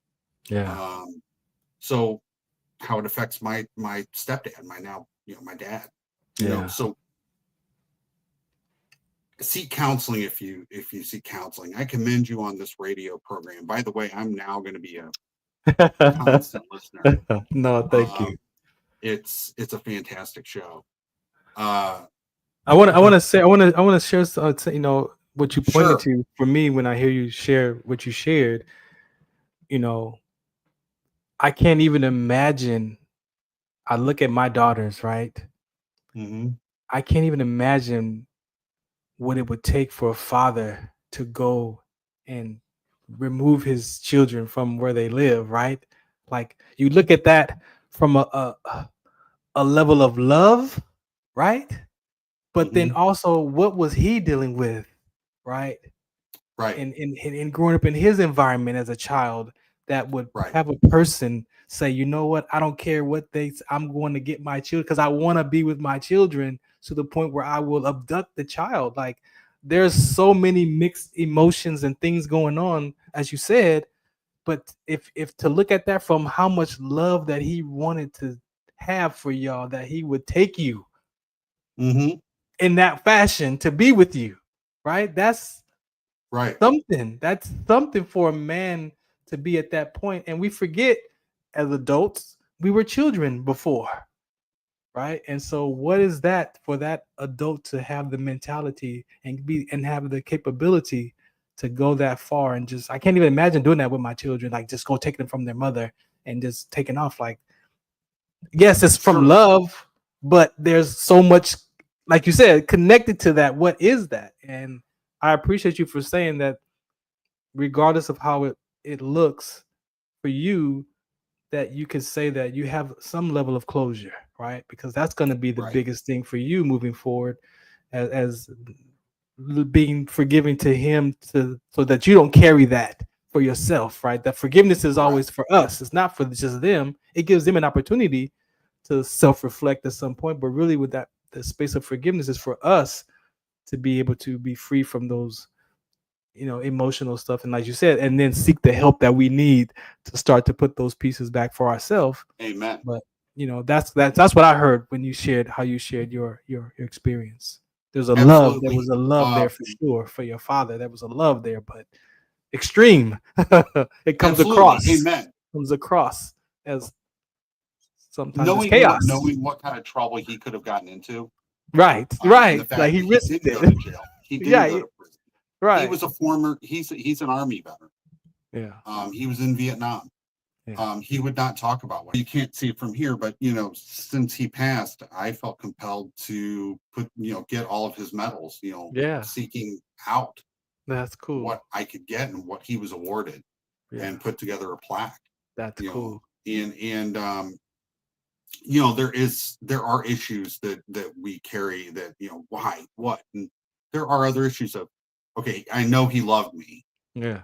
To go through that, but it's tough, and it also burdened myself in the point that I never wanted children because I was afraid that I was always afraid that what would happen. Yeah. That's why I got married. Shortly after we got married, we got Hershey, our little dachshund, a 4-month-old. She was our child. We like to think that she passed away at 18 years, 2 months and 2 weeks. This past September. Wow. 2 months after 2 weeks after my birthday. And we have grown to the point where we went through the cycle of trauma and trying to heal, and we still are. Yeah. And my wife and I, and we were starting to kind of try to, I'd say joking, but trying to heal, saying, well, she went off to college. She's at doggy college somewhere, or she's Jesus lapdog now, right? And I'm laughing because when my dad passed, that level of denial that I was in, it was like he was on vacation, right? It was like he's on vacation, because we would go, because of how I treated him, I would get mad at him and we would not talk for maybe a couple of weeks, a couple of months. There had been a span of where years went by where we didn't talk because I was mad at him subconsciously, not knowing what it was, but it was that disconnection. And then so when he passed, it was that came to mind because we would not talk for maybe 3 or 4 days. So it wouldn't be unusual to not hear from him. And so, but a part of my grief process was, he's out of town. It was like he's out of town right now. But when that reality hits, that of course, it's been a few weeks, it's been a few months. Of course. Yeah. Did you have a good relationship growing up with your father? I did, but that decision that I made about my dad was at 5. And so I made up a story that he didn't love me as a 5-year-old. And so for those, and I didn't discover that story until 40. So you can imagine for 35 years, my heart was disconnected from him because I always thought that he didn't love me. And no matter what he did, it was because he was making up for that. But I didn't say that. I never said that out of my mouth, but it was how my mind talked to Farron about his father. And so of course you collect evidence. The subconscious mind is perfect for collecting evidence to reiterate that you're not good enough, that he doesn't care about you, and all those stories that we make up about ourselves. So at 40, I had enough evidence, that I treated him as such. I was very mean to my dad. I was very hard. I would cut him off in conversations. Again, we would go weeks and months without speaking because of the pain that I felt from a 5-year-old decision, right? And so to discover that at 40 and to realize that it wasn't him, it was me, and the decision I made, it was like I had 8 years, after healing with him and asking him to forgive me. So I went to him for forgiveness. I asked him to forgive me because I saw how I treated him. And all he said was, I just want to spend time with you. You're my son. So none of that had ever impacted him. I was the one carrying all of that upset and disappointment, and he don't love me. And I never expressed that till 40. So we had 8 years after that to reconnect. I got my dad back at 40. and all that stuff disappeared. All of the negative, I realized that it was me, so I took responsibility for that behavior, right? And I became, instead of being upset and frustrated with my dad, I became acknowledgement and gratitude and fun.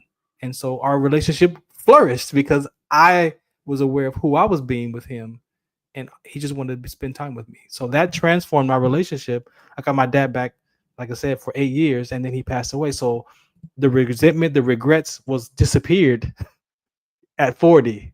So all those emotions turned to, well, no wonder. And I had sat with him like, what was going on? What was going on when you were born? Like, what was going on in your environment? And when he told me the stories, then it was like, well, no wonder you act like that. Well, no wonder you behave like that. I remember my grandfather's. Well, no wonder. So then it wasn't him that I had the alt with. And that literally transformed my relationship with him. And that's one of the things that I teach and share from, because a lot of things come with our parents, as children. And the brain of a child, I didn't know what it was to be an adult back in the 70s. Like, I had no clue. But our brain is developing. We discount the child's development stages, and that brain is giving meaning to life from birth.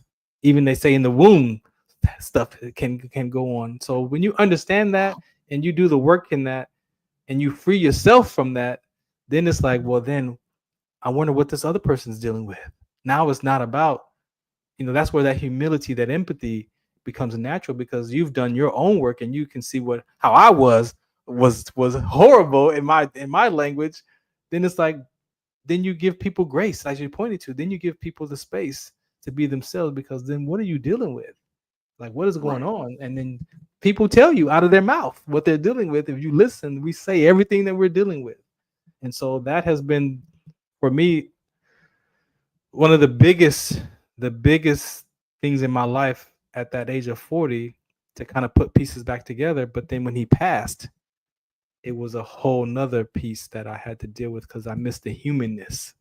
I was complete, no regrets, no resentment, but then the humanness is what I experienced missing, as with my dog and my grandfather. So that's the part that we got to learn how to manage. As I said, he's on vacation, as I stated.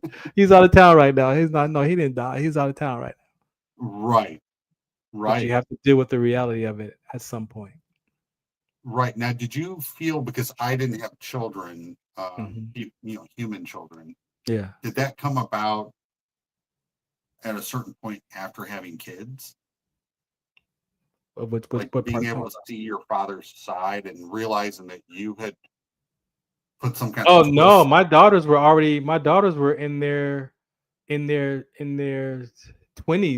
and teenage years. Yeah. I just didn't know if maybe you and one of your daughters or maybe had something and you're like, oh, it clicked.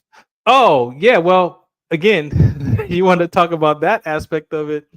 After I discovered how I was with my mom and dad, because I made up a story about my mom as well. When I reconciled with my parents at 40, I realized that my daughters, I had treated them the same way that my dad treated me. So then, yes, I had to pivot to my daughters and go back to them and ask them to forgive me for how I treated them and raised them. And I gave each one the space to tell me how they felt about me.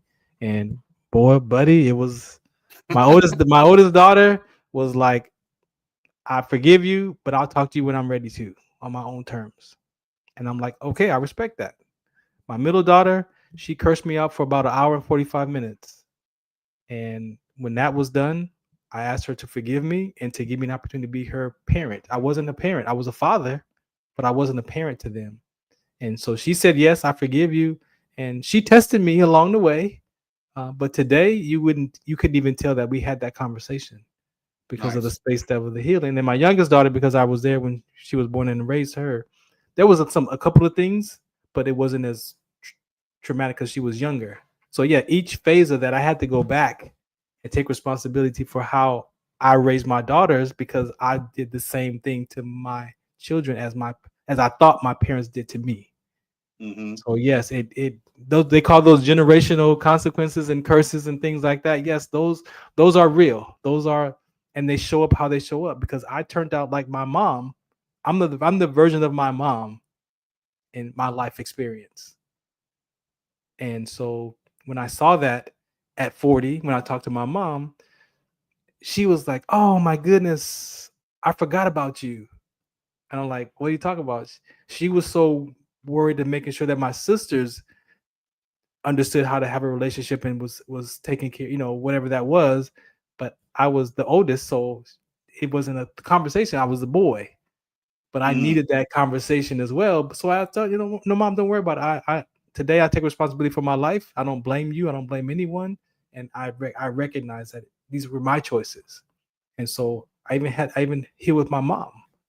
So those were the things that I teach from today, because yes, as a veteran, we joined the military with a lot of stuff already, and then the military sometimes exasperates those emotions and things like that, and then you have all these things that you never dealt with in your past, and then now your career is over, your life is over, or whatever, and then I had to go back and not, I got my life back as not wanting to commit suicide or take my life.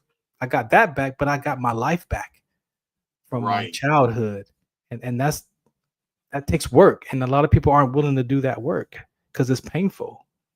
It's you got to go back and allow your body to experience those emotions, because we have those body sensations. The body keeps the score, so we have those body sensations, and the thoughts can trigger the body sensation, or sometimes the body sensation happens on its own, and then the thought comes. Why do I feel like that? Oh, that's that from the past. So all of that is working, in its own space. And for me, the biggest part I know when I get to the healing phase of it is because I experience it in my body. I experience that emotion of that trauma. I know where it's coming from now. I can think about it and I can feel it, and then I have to let that pass through. And the moment that you allow that body sensation to go through, then it's no longer connected to the thought anymore, and because you're aware of where it's coming from. But that's 15 years of work, though, to go through these phases of dealing with our emotional trauma.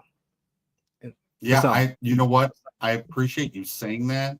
That is one thing that I do struggle with still to this day, is that physical response. The body sensations? Yeah, the body sensations, and yes, there's times where I let it take control of me. Yes. To be honest. And yes. I would like to say, that I would like to say that I have control over it. I don't at times, you revert back to that 5 or 6 year old child. Right.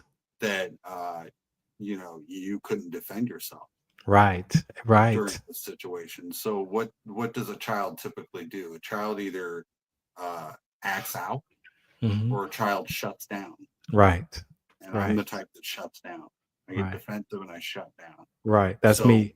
That's me. So I, when it comes to adversity, which is another reason why I commend military, is if I was in that stressful of a situation, I don't think I can handle it, to be honest.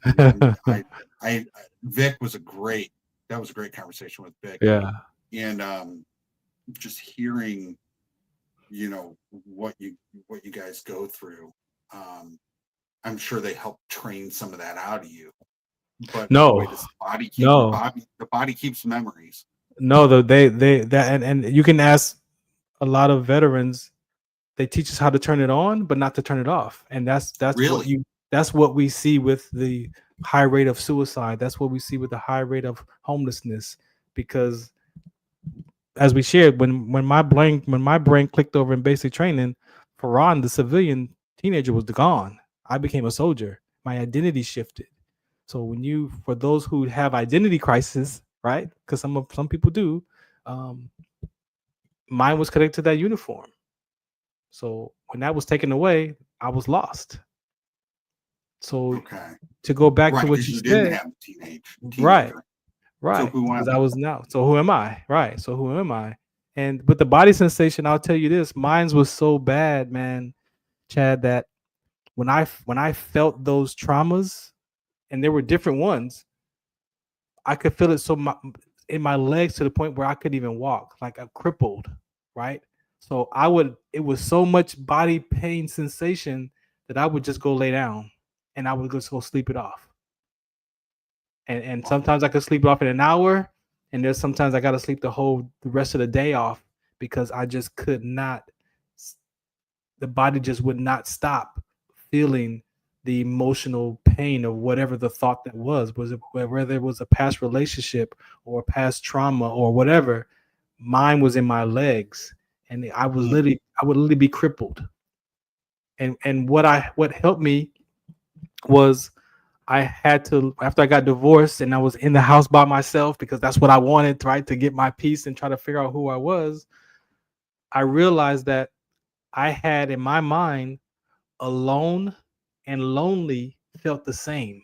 It was the same body sensation, right? So when I felt I was alone or I was lonely, my body went into that emotional shock. And that's what I suffered from. So I would be here, I'd just go lay down. Like I said, I'd be by myself. I just got to go sleep it off. But as soon as I got into a conversation where I separated the difference between being alone and lonely, they're not the same. Right. So when I separated the thought and did the work around that, it disconnected from the body sensation from being alone and lonely. Now I could think about it right now, and I can have some of those feelings come in my body just from thinking about it. But I know where it's coming from. So right. When it shows up, oh, that's what that is, and I could push past it. But when you think that how our mind talks to us, and that's us, I thought my mind was me. The subconscious mind is not us. That's designed to keep us safe. Right. A lot of things that we're not even present that the brain does automatically to keep us alive. Right. So your spirit is the one that's observing all the conversations in your head and all that. So when you learn, like I said, when you learn that, and it's like, okay, wait a minute, I have feelings and emotions, and I have to become them. Like that was a transformative breakthrough that I was able to then look at. I'm alone, but I'm not lonely. Boy, that resonates because that is one of my biggest hurdles in life is alone but not lonely. I have a lot of the issues when I'm physically alone. Yeah. And I think that comes from the childhood and the abandonment. I stated in the previous episode that my father actually, during the whole, there was a fight before, my mom came back and we were getting some things before we had family coming from Ohio down to get us. And we had went back to the apartment after being in a women's shelter, and we went to get some stuff. And my father showed up before anybody else got there, and there was a fight. And I saw him, hit my mom, smack my sister across the room. And I don't remember him ever being violent or anything. Yeah. And then, I remember sitting in a corner by the refrigerator, seeing everything. And next thing I know, I remember, flashback, okay, I'm sitting in a car and my dad tells me, just remember, I will always love you. And then I'm being handed back to my mom. And wow. my grandfather, my cousin. Wow. And off we go, and we're in the back of a little pickup truck. Wow. Right. And I don't see him again until I'm like, I think I was like 10, 11. I think I said 12, 13. I was like 10, 11. Right. So, it's like, yeah, I have abandonment issues. For sure. And that's part of the reason why I love animals and I love people. And I look for, like I told you, my wife and I, we volunteer at our church. Shout out to the Chaplain Green in Uniontown, Ohio. We volunteer with the special needs ministry there. And, because that is a part of society that's forgotten a lot of times, just like homeless, just like, frankly, the military, in my opinion. Yeah. And like next week, we have a thing called Jesus Prom that, we're going to, and there's typically, I think, like 100 or 2 people with special needs that come out, and we have we have a big old party, and they can dance and have games, and we got local cheerleaders from some of the high schools are there cheering them on. Coming down a red carpet, and the whole thing. Right?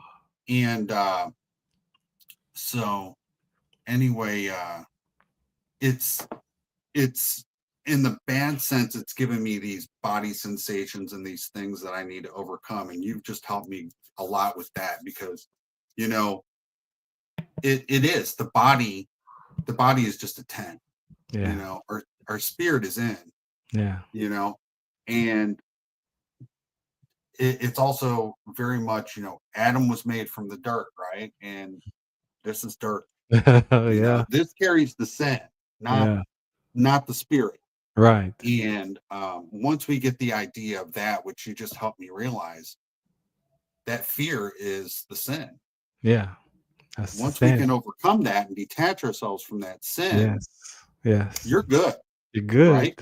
You're good. So thank you for that. You actually just made something click for me. And that I've been struggling for my whole life with. So now I just got to make it work.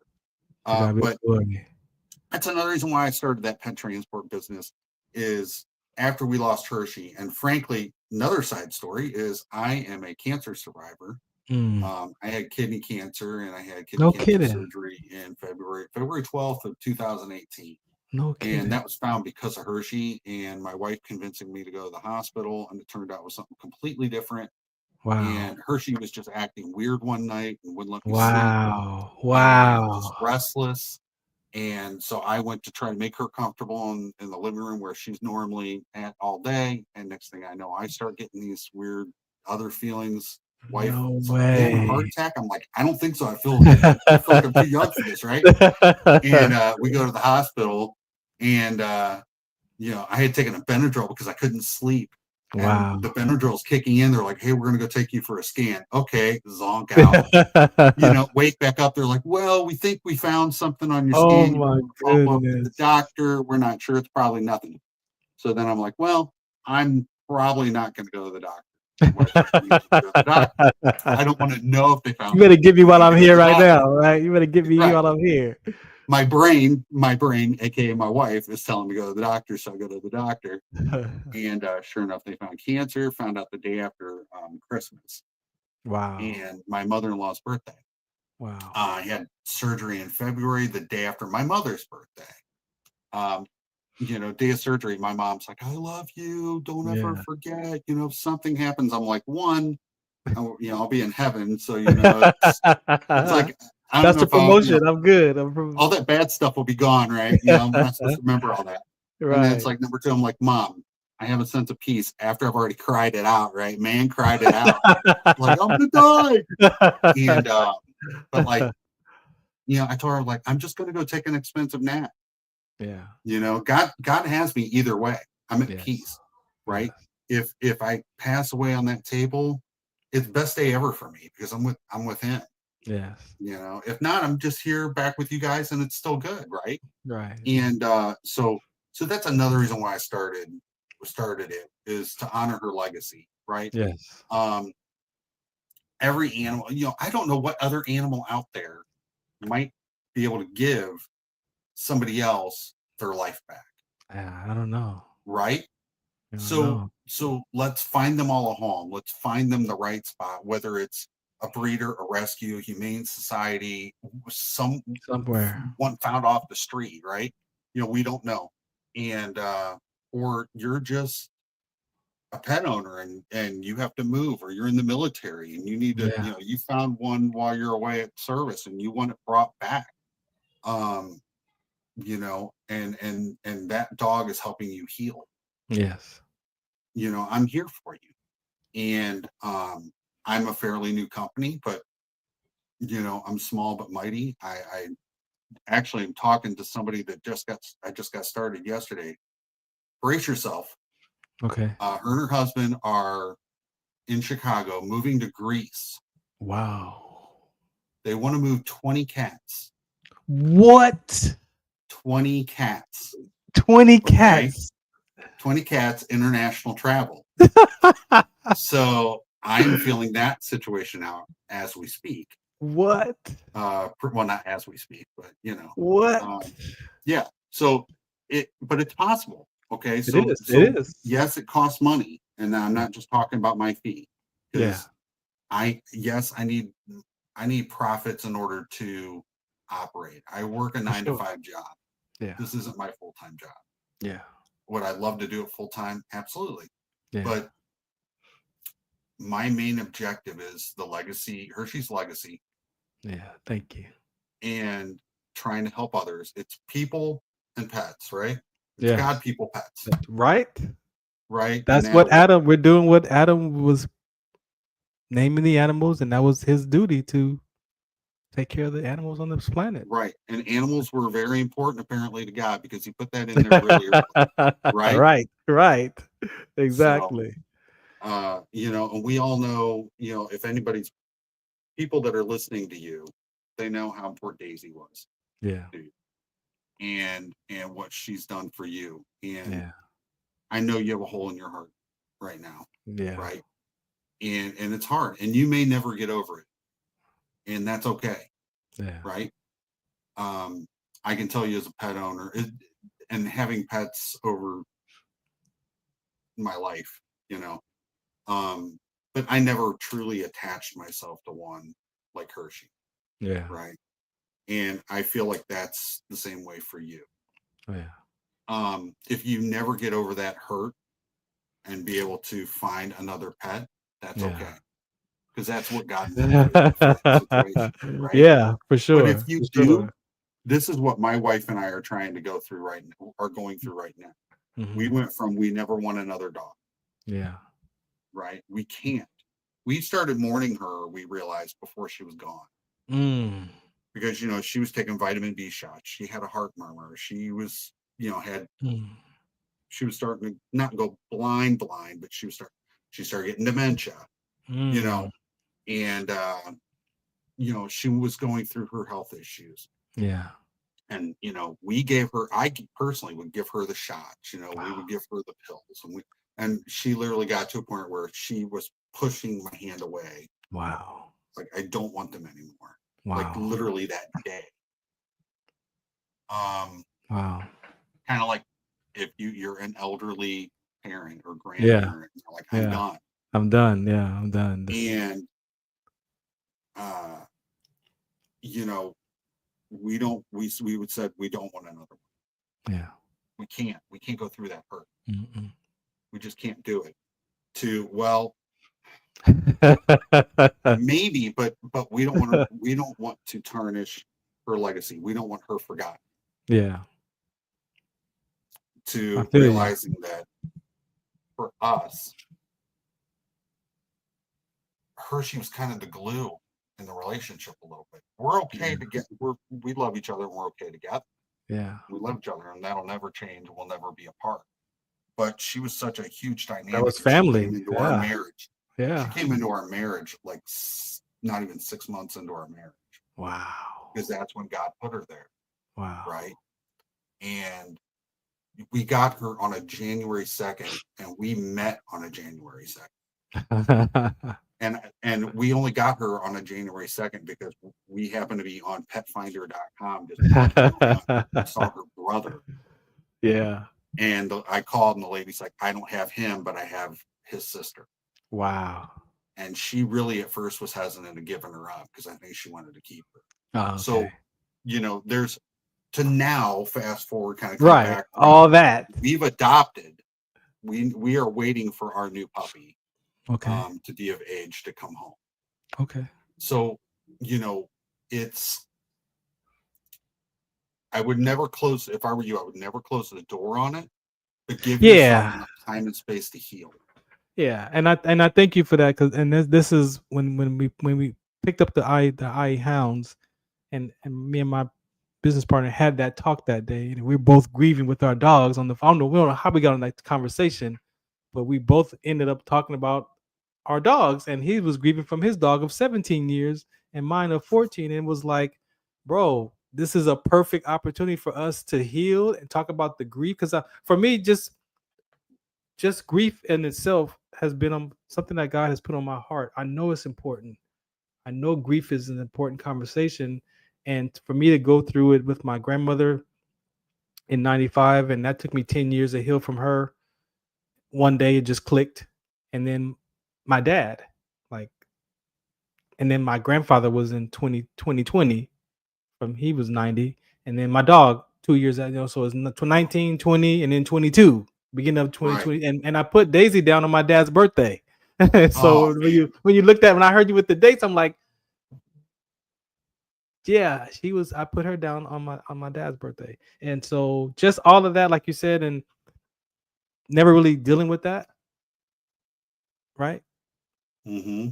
And then now an opportunity to share that and then meet people who have gone through this process. Like I felt like I was the only one, suffering in silence, but then I'm sharing now. And it's like, so many people have these similar experience. And it's like, oh man, I'm not by myself. This is an important conversation, for not just our pets, but with our family. I just believe that the way that grief, I picked up the hounds because of the owner lost his brother, and it was grief that he was like, I can't even deal with that right now. I need to step away and take care of my own sons. I'm over here working with these grown men doing basketball. My sons are here younger, so I got it. Like I get that grief can shift our life, and I just believe that is an important conversation that we have to figure out how to share grief so that people can start to really heal that process, right?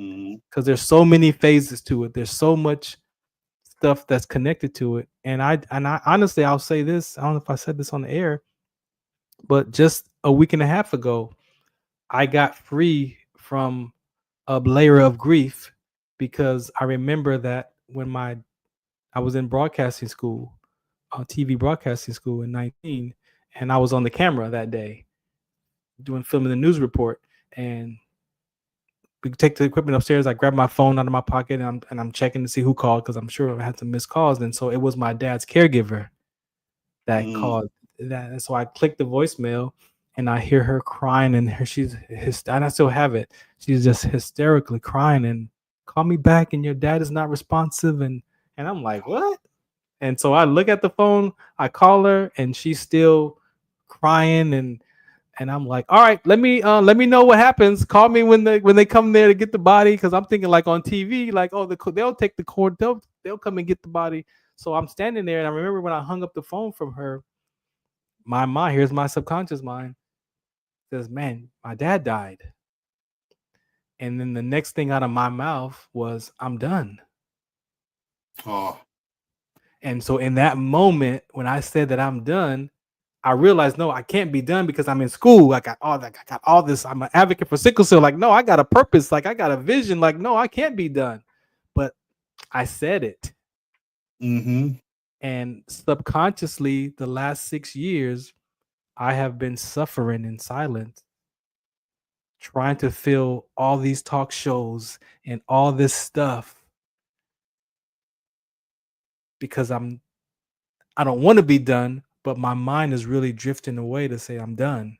So when I discovered that, like, wait a minute, I don't feel successful, right? So I took a seminar around success, but not success as being successful, the emotional state of success and where it comes from.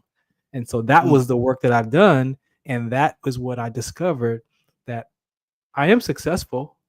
I don't have to do anything, but the stuff that I was doing was never going to fill that void.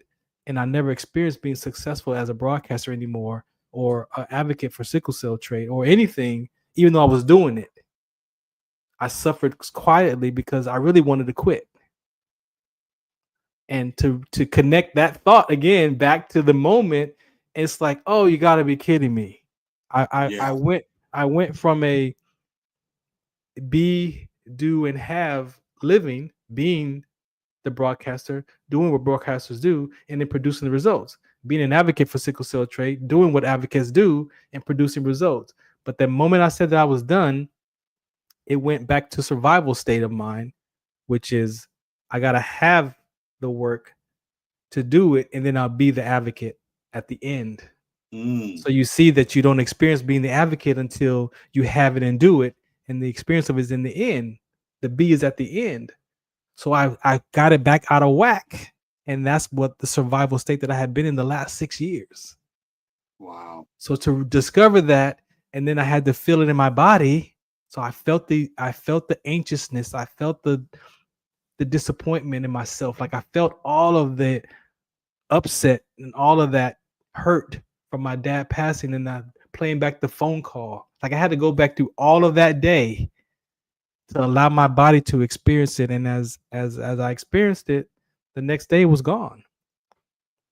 But I realized that I had put life out of order. I had got back into the survival state of mind, which is a have it, do it, and then you'll be the whatever Right. at And the then end. you're constantly chasing. You're constantly chasing it, Chad.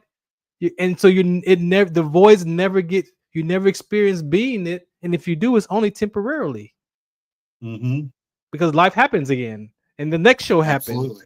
And so then you it's get like, right back in that cycle. You get right back in it. So it's a have, do, be is a survival state of mind, and to correct it, or the transformative way of viewing it is to be it, to do it, and then have the results. And so as soon as I put it back in order, man, it's like life brightened up. I got like the vitality came back. Like peace came, because I am successful already. Like I don't have nothing to prove to anybody or to myself. And the things that I'm up to are because I want to do it, not because I have to, but this is what I want to do, to not fill a void. And so that's just like a week and a half ago, man. Wow. And so that level of that grief was peeled off, and I realized where I was stuck, because I really felt stuck in that conversation. And I didn't want to be the person 10 years from now. I miss my dad. I miss my dad. Like, I didn't want to be that guy, because I've seen people, and if I would have quit, nobody would have been surprised. Because when his dad died, well, of course he shut down. Of course he walked away. Of course he became a hermit and just took off, because I mean that's what people do when their parents die. They shut down. But I didn't want to be that guy. But I will tell you this: the beauty of it all is the moment when that happened 6 years ago is where I went to God to find God for myself. Amen. Because I was in the same frame of mind of, okay, my dad died. I have daughters. I have grandchildren. How much time do I have? Is my grandson going to be the same age as my daughter when I die? Like, how much time am I going to make it till he's in his 20s or 16? Like, how much? And so I didn't want to live like that. And I'm like, no. Like, I felt the weight, and I'm like, no. I'm like, okay, God, I have a relationship to death, and I'm okay with it. But I don't want to sit here and think about how much time I got left. And that sounds familiar. That's what, Chad, that's what set me on the spiritual journey. So I have to acknowledge that, yes, I went to the survival state of mind, but I found Christ for myself in the same 6-year span, because I went to seek God for my life. So it was perfect. I guess it had to be that way to get to the point where I'm at today, right? To be this youth speaker and speak at church and share my testimony. But I had to go through that wilderness phase all at the same time, man. And it's like, I get it. Like, I get it. And you know what? That is one, I commend you and thank you for sharing that. Thank you. And the testimony of finding God that way. And God finds you. God meets you. Oh my gosh. Right? When you're ready, he's there. He's not. Oh, he's right. He was right there, buddy. He was right there, buddy. And a lot of people find him when they're the most vulnerable. And if you look at the Bible and you read the Bible, where did God typically find? He wasn't there for the Pharisees. He was there for the people who truly needed him, right? Yes. And that's the same for us. He's there. You just have to humble yourself to ask him to come into your life and to be saved. And you have to have a firm faith in him and follow him, right? Be willing to drop everything. That's the be willing, and the willingness, man. Right. And in the Bible, that when he was walking on this earth, it was literally drop everything and walk with me. Yes. For us, it is drop your burdens. Yes. And walk with me, right? Yeah. And just believe in me. And that doesn't mean that our lives will be perfect. And a lot of people will fall away because they think that all of a sudden, well, I'm never going to sin anymore and life's going to be perfect. Right. That's not the case. That was the teenage years, and I thought that it had to be like that. And I actually we have a pastor named Happy.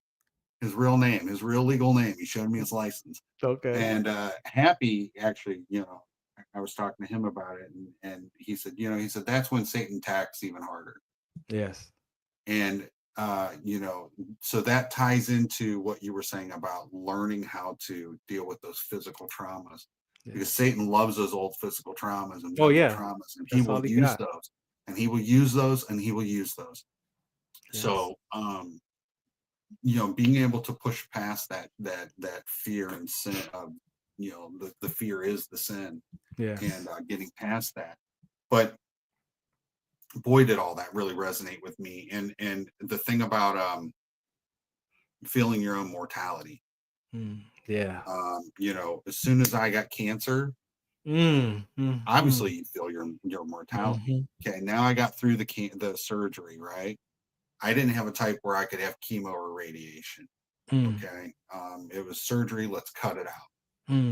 And about 2 years in, I have a coworker, that all of a sudden comes into my life, and she ends up telling me, "Oh yeah, I'm going through cancer too, and I have a friend that's an oncologist, and she was telling me that 2.5 years is typically when it pops back up, and then it really attacks." And she was stressed. So then all of a sudden, I took that stress. Right. And I snapped around that time. I had a mental break. Wow. And because Satan knew how to use it. Yes. Right. And I started thinking about, well, my dad died in his mid-50s. My dad had cancer. My dad started with colon cancer. And, they cut it out. Everything's good. Wait a few years. All of a sudden, here it is again. Well, now it's in his lungs. Wow. And he had partial emphysema on top of it. Well, then, he was in and out. We would call, he would joke around. We would call him the Michelin Man because he would blow up. Right. And he was in ICU. And, and this is my biological dad. Yeah. And, then it eventually went to his brain. Wow. Wow. So I'm playing these, and I'm talking about this. It's taking me right through. And I'm literally mentally seeing him the last time I saw him laying in his bed, and he's asking, he's like asking me to help him up in 1 minute, and then the next minute he's asking, "Where's Chad?" Wow. Because his brain is just being attacked. Yeah. And so it's tough, but then once we realize, another thing we have to realize is, we all have a certain timetable. We don't know what that timetable is. We don't know. We don't know. Only God knows what that is. Just be ready for it, right? And just live your life, run the race, and do it for him, and you're good. Yeah. Right? And he's not asking you to do anything special. Right? Just believe in him, love your neighbor. Yeah. Right. The commandments are there to remind you that you're a sinner. Right. Right. That you need him. Yeah. But he came to fulfill those. Yeah. So it's all good. Once you have him, I appreciate you. You just let go of that fear. Yeah. And it's the last 6 years, our brains try to get us to remember those, right? Well, of course, that's what it's designed to do. It's designed memory patterns, action patterns, and perception patterns. That's what the brain is designed to keep us alive. To survive. And I want to personally say that even though we've just met, and thank you for reaching out, I feel a connection to you. If you ever are in need, or feeling that lonely part but not alone, text me. For sure. I appreciate that. Okay. I appreciate that. I don't want you to ever feel like you're alone. No doubt. I may not be able to answer because you're in California and it might be in the middle of the night, but just know as soon as I wake up, I will get it. No, thank you. I really appreciate you again for accepting my invitation to even talk about your your business. But then, like I said, when you called in on Sunday, man, I just heard something totally more than just about the dog conversation. So I really appreciate you allowing me to even share on my own show this important conversation, because at the end of the day, it's our life. You know, it's we all deal with some version of our experiences. And when I learned about my trait and my collapsing and almost dying from that, and the renal failure, and it's like that's that affliction that God gives us to remind us, to draw us closer to Him. It's not, a bad thing. We can make it mean a bad thing. So I really look from now what the world has to say and what the Word has to say. And Amen. I like that. Been able to filter, allow my spirit to lead my life, because I understand my mind now. And I know what, by following Christ, what does the Word say? So I filter the mental health. I filter the personal development education. All that conversation, I filter it to now what the Word says. And it's two totally different conversations. The personal development aligns with it because it teaches principles. And a lot of stuff that the personal development teaches are really biblical principles, but they don't acknowledge God for that because it's a curriculum. But when you parallel it with the Word, it taught me it taught me principles. And we're all used by principles, whether they're negative principles or ones that give us strength, but we're all used by some belief, philosophy, right? And usually it's corrupted. My philosophy that I lived before that education, I had to go back and challenge the first 40 years of my life. But I found a curriculum that I had confidence in, that I trusted, that helped me say, okay, go back and look and see of that thought. Go back and look at that memory. Why does those memories popped up in my head all the time of me making that story about my dad, about being abandoned by my mom, about the 6-year-old, reading with the ruler and being laughed at because I'm reading with my finger. Like all the things that Satan attacked me with, they all were memories in my head. And I would be like, why do I remember that day? Like it'd be like, why do I remember that day? Like, why do I remember that day? But I never knew that I could grab that thought and put it through a curriculum and unravel it to see what it was for what it was. I was 40. I'm saying, why do we have to wait till we're older? Imagine we could go back in our childhood, the younger ages, 8 years old. That's what I hear. That's what I see. Right. Yeah. Well, let me just say this, because when you said the world and the Word, yeah. So how about this? The world is just the Word being twisted by Lucifer. That's why there's an L in it, right? So look, you know what I use? I say that the world and the Word, the only thing different is when you remove the L from world. For me, it's the loss. So you take the L out of the world, which is the loss, and it leaves you the Word. But that L is God is love, right? Oh, I like that too. You replace the L from the world as a loss. In the Word, it's love. And so, I like it. Yeah, man. So again, I've just been blessed. Like I said, these last 6 years, like after last week, it made sense. Like, yes, I went through that suffering and that grief process, but then I also found Christ at the same time. And it was like, I needed that for myself. And here we are. And I'm very grateful for you, man, to reach out and accept the invitation to share who you are. And I definitely would like to talk to you some more and just connect in the spiritual context. Sure. I you know what? You're my new friend. And I appreciate it. I feel like we're new, even though we just met, we're old friends. Yeah. I just appreciate you having me on. I appreciate you reaching out. I appreciate God, having you find me. Yeah.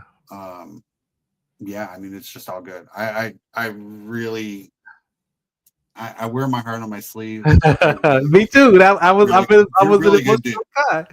I was an emotional cat, and I would say that growing up, I wore my emotions on my sleeve, and like I said, to learn that about myself, and to be okay with it and own it.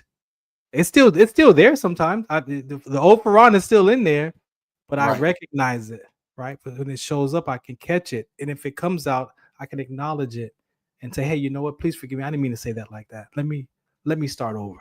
Like, that's a different person. And that's what we want people. We want people to, nobody's perfect. We want to see the realness. We want to see, hey, that's what our children want to see. Our children want to see, oh, my dad, you ain't got it figured out? No, I don't. Okay, because we're there, sometimes we're their superhero and we can do no wrong, but we do. Parents, we do disappoint our children, we do disappoint our loved ones. And to acknowledge that's what we want. Absolutely. So, Chad, thank you for your time. Anything else you want to say before we go, man? I just want to say God is good, first and foremost. He is my Savior. Jesus Christ is my Lord and Savior, and I just want to say, thank you to Him for putting you in my path and being able to speak my I don't want to say my truths, but an account of my testimony. Yeah. To all those military people out there, hopefully it helped at least one person. Amen. Thank you. And if that's the case, job is complete. Mission complete. Yeah. And if you guys ever want somebody that hopefully you can tell truly cares, not only about your pet, but you. Yeah. And if I can't help you, I can't help you. But if I can find somebody that can, I will. You got to tell me about the 20 cats, man. We gotta. I'm interested in that one. I gotta figure out how you're gonna do that one. I am so excited about this one. You have no idea. And but Great Adventure Pet Transport LLC.com. Like I said before, it's born out of a Stephen Curtis Chapman song, Christian artist. If you know the song, you know it. If you don't, look it up. I love the song. It might sound old 80s style, but it's awesome. Yeah.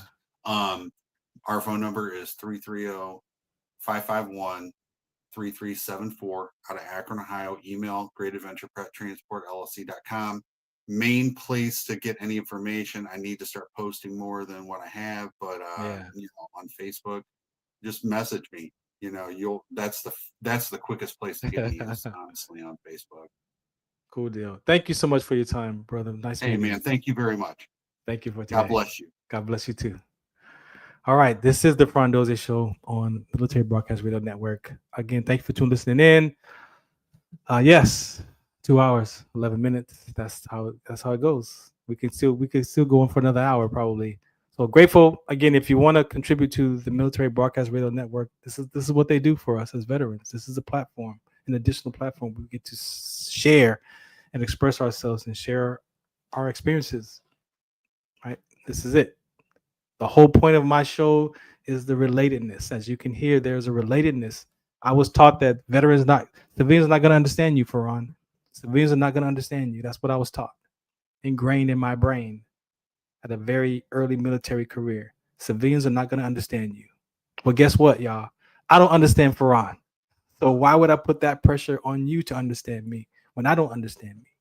And what that does is it allows us to have a relatedness conversation. It allows us to use your imagination. How would you feel put in a situation like that? We use our imagination when we go to the movies. We use it in other ways. Imagine you can use your imagination to see, given those circumstances of another person, how would you respond to that? And I bet it wouldn't be much different given their circumstances. So we're not different.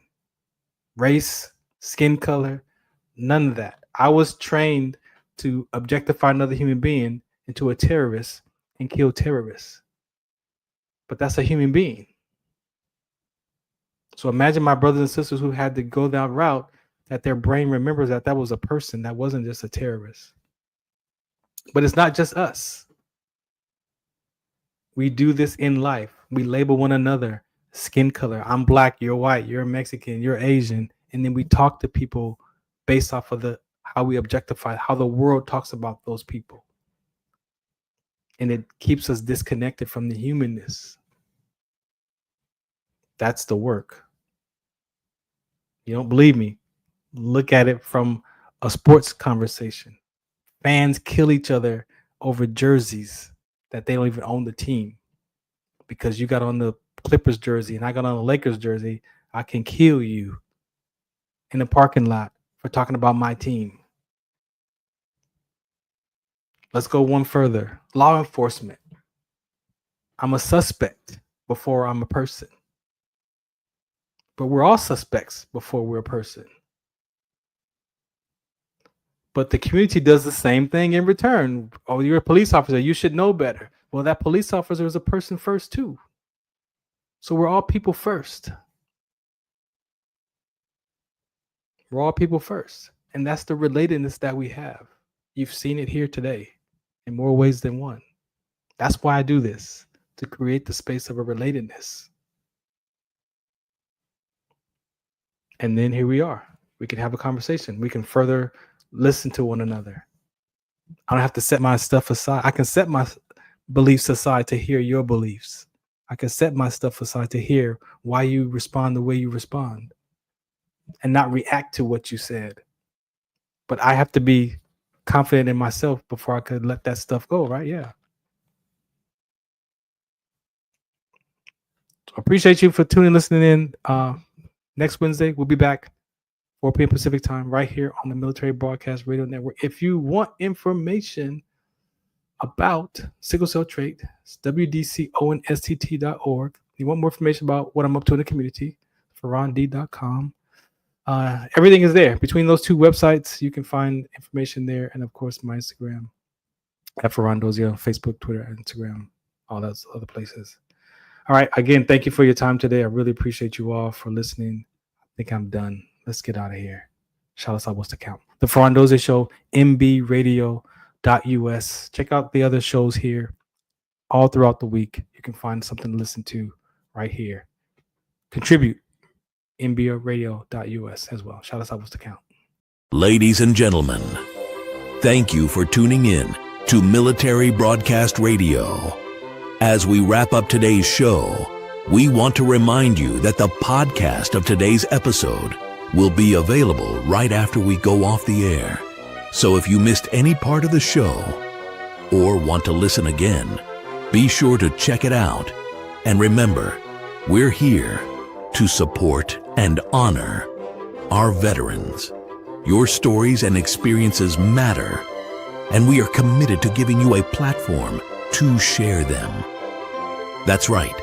We're here to give our veterans a voice. So don't forget to catch the podcast and stay connected with us. Giving our veterans a voice.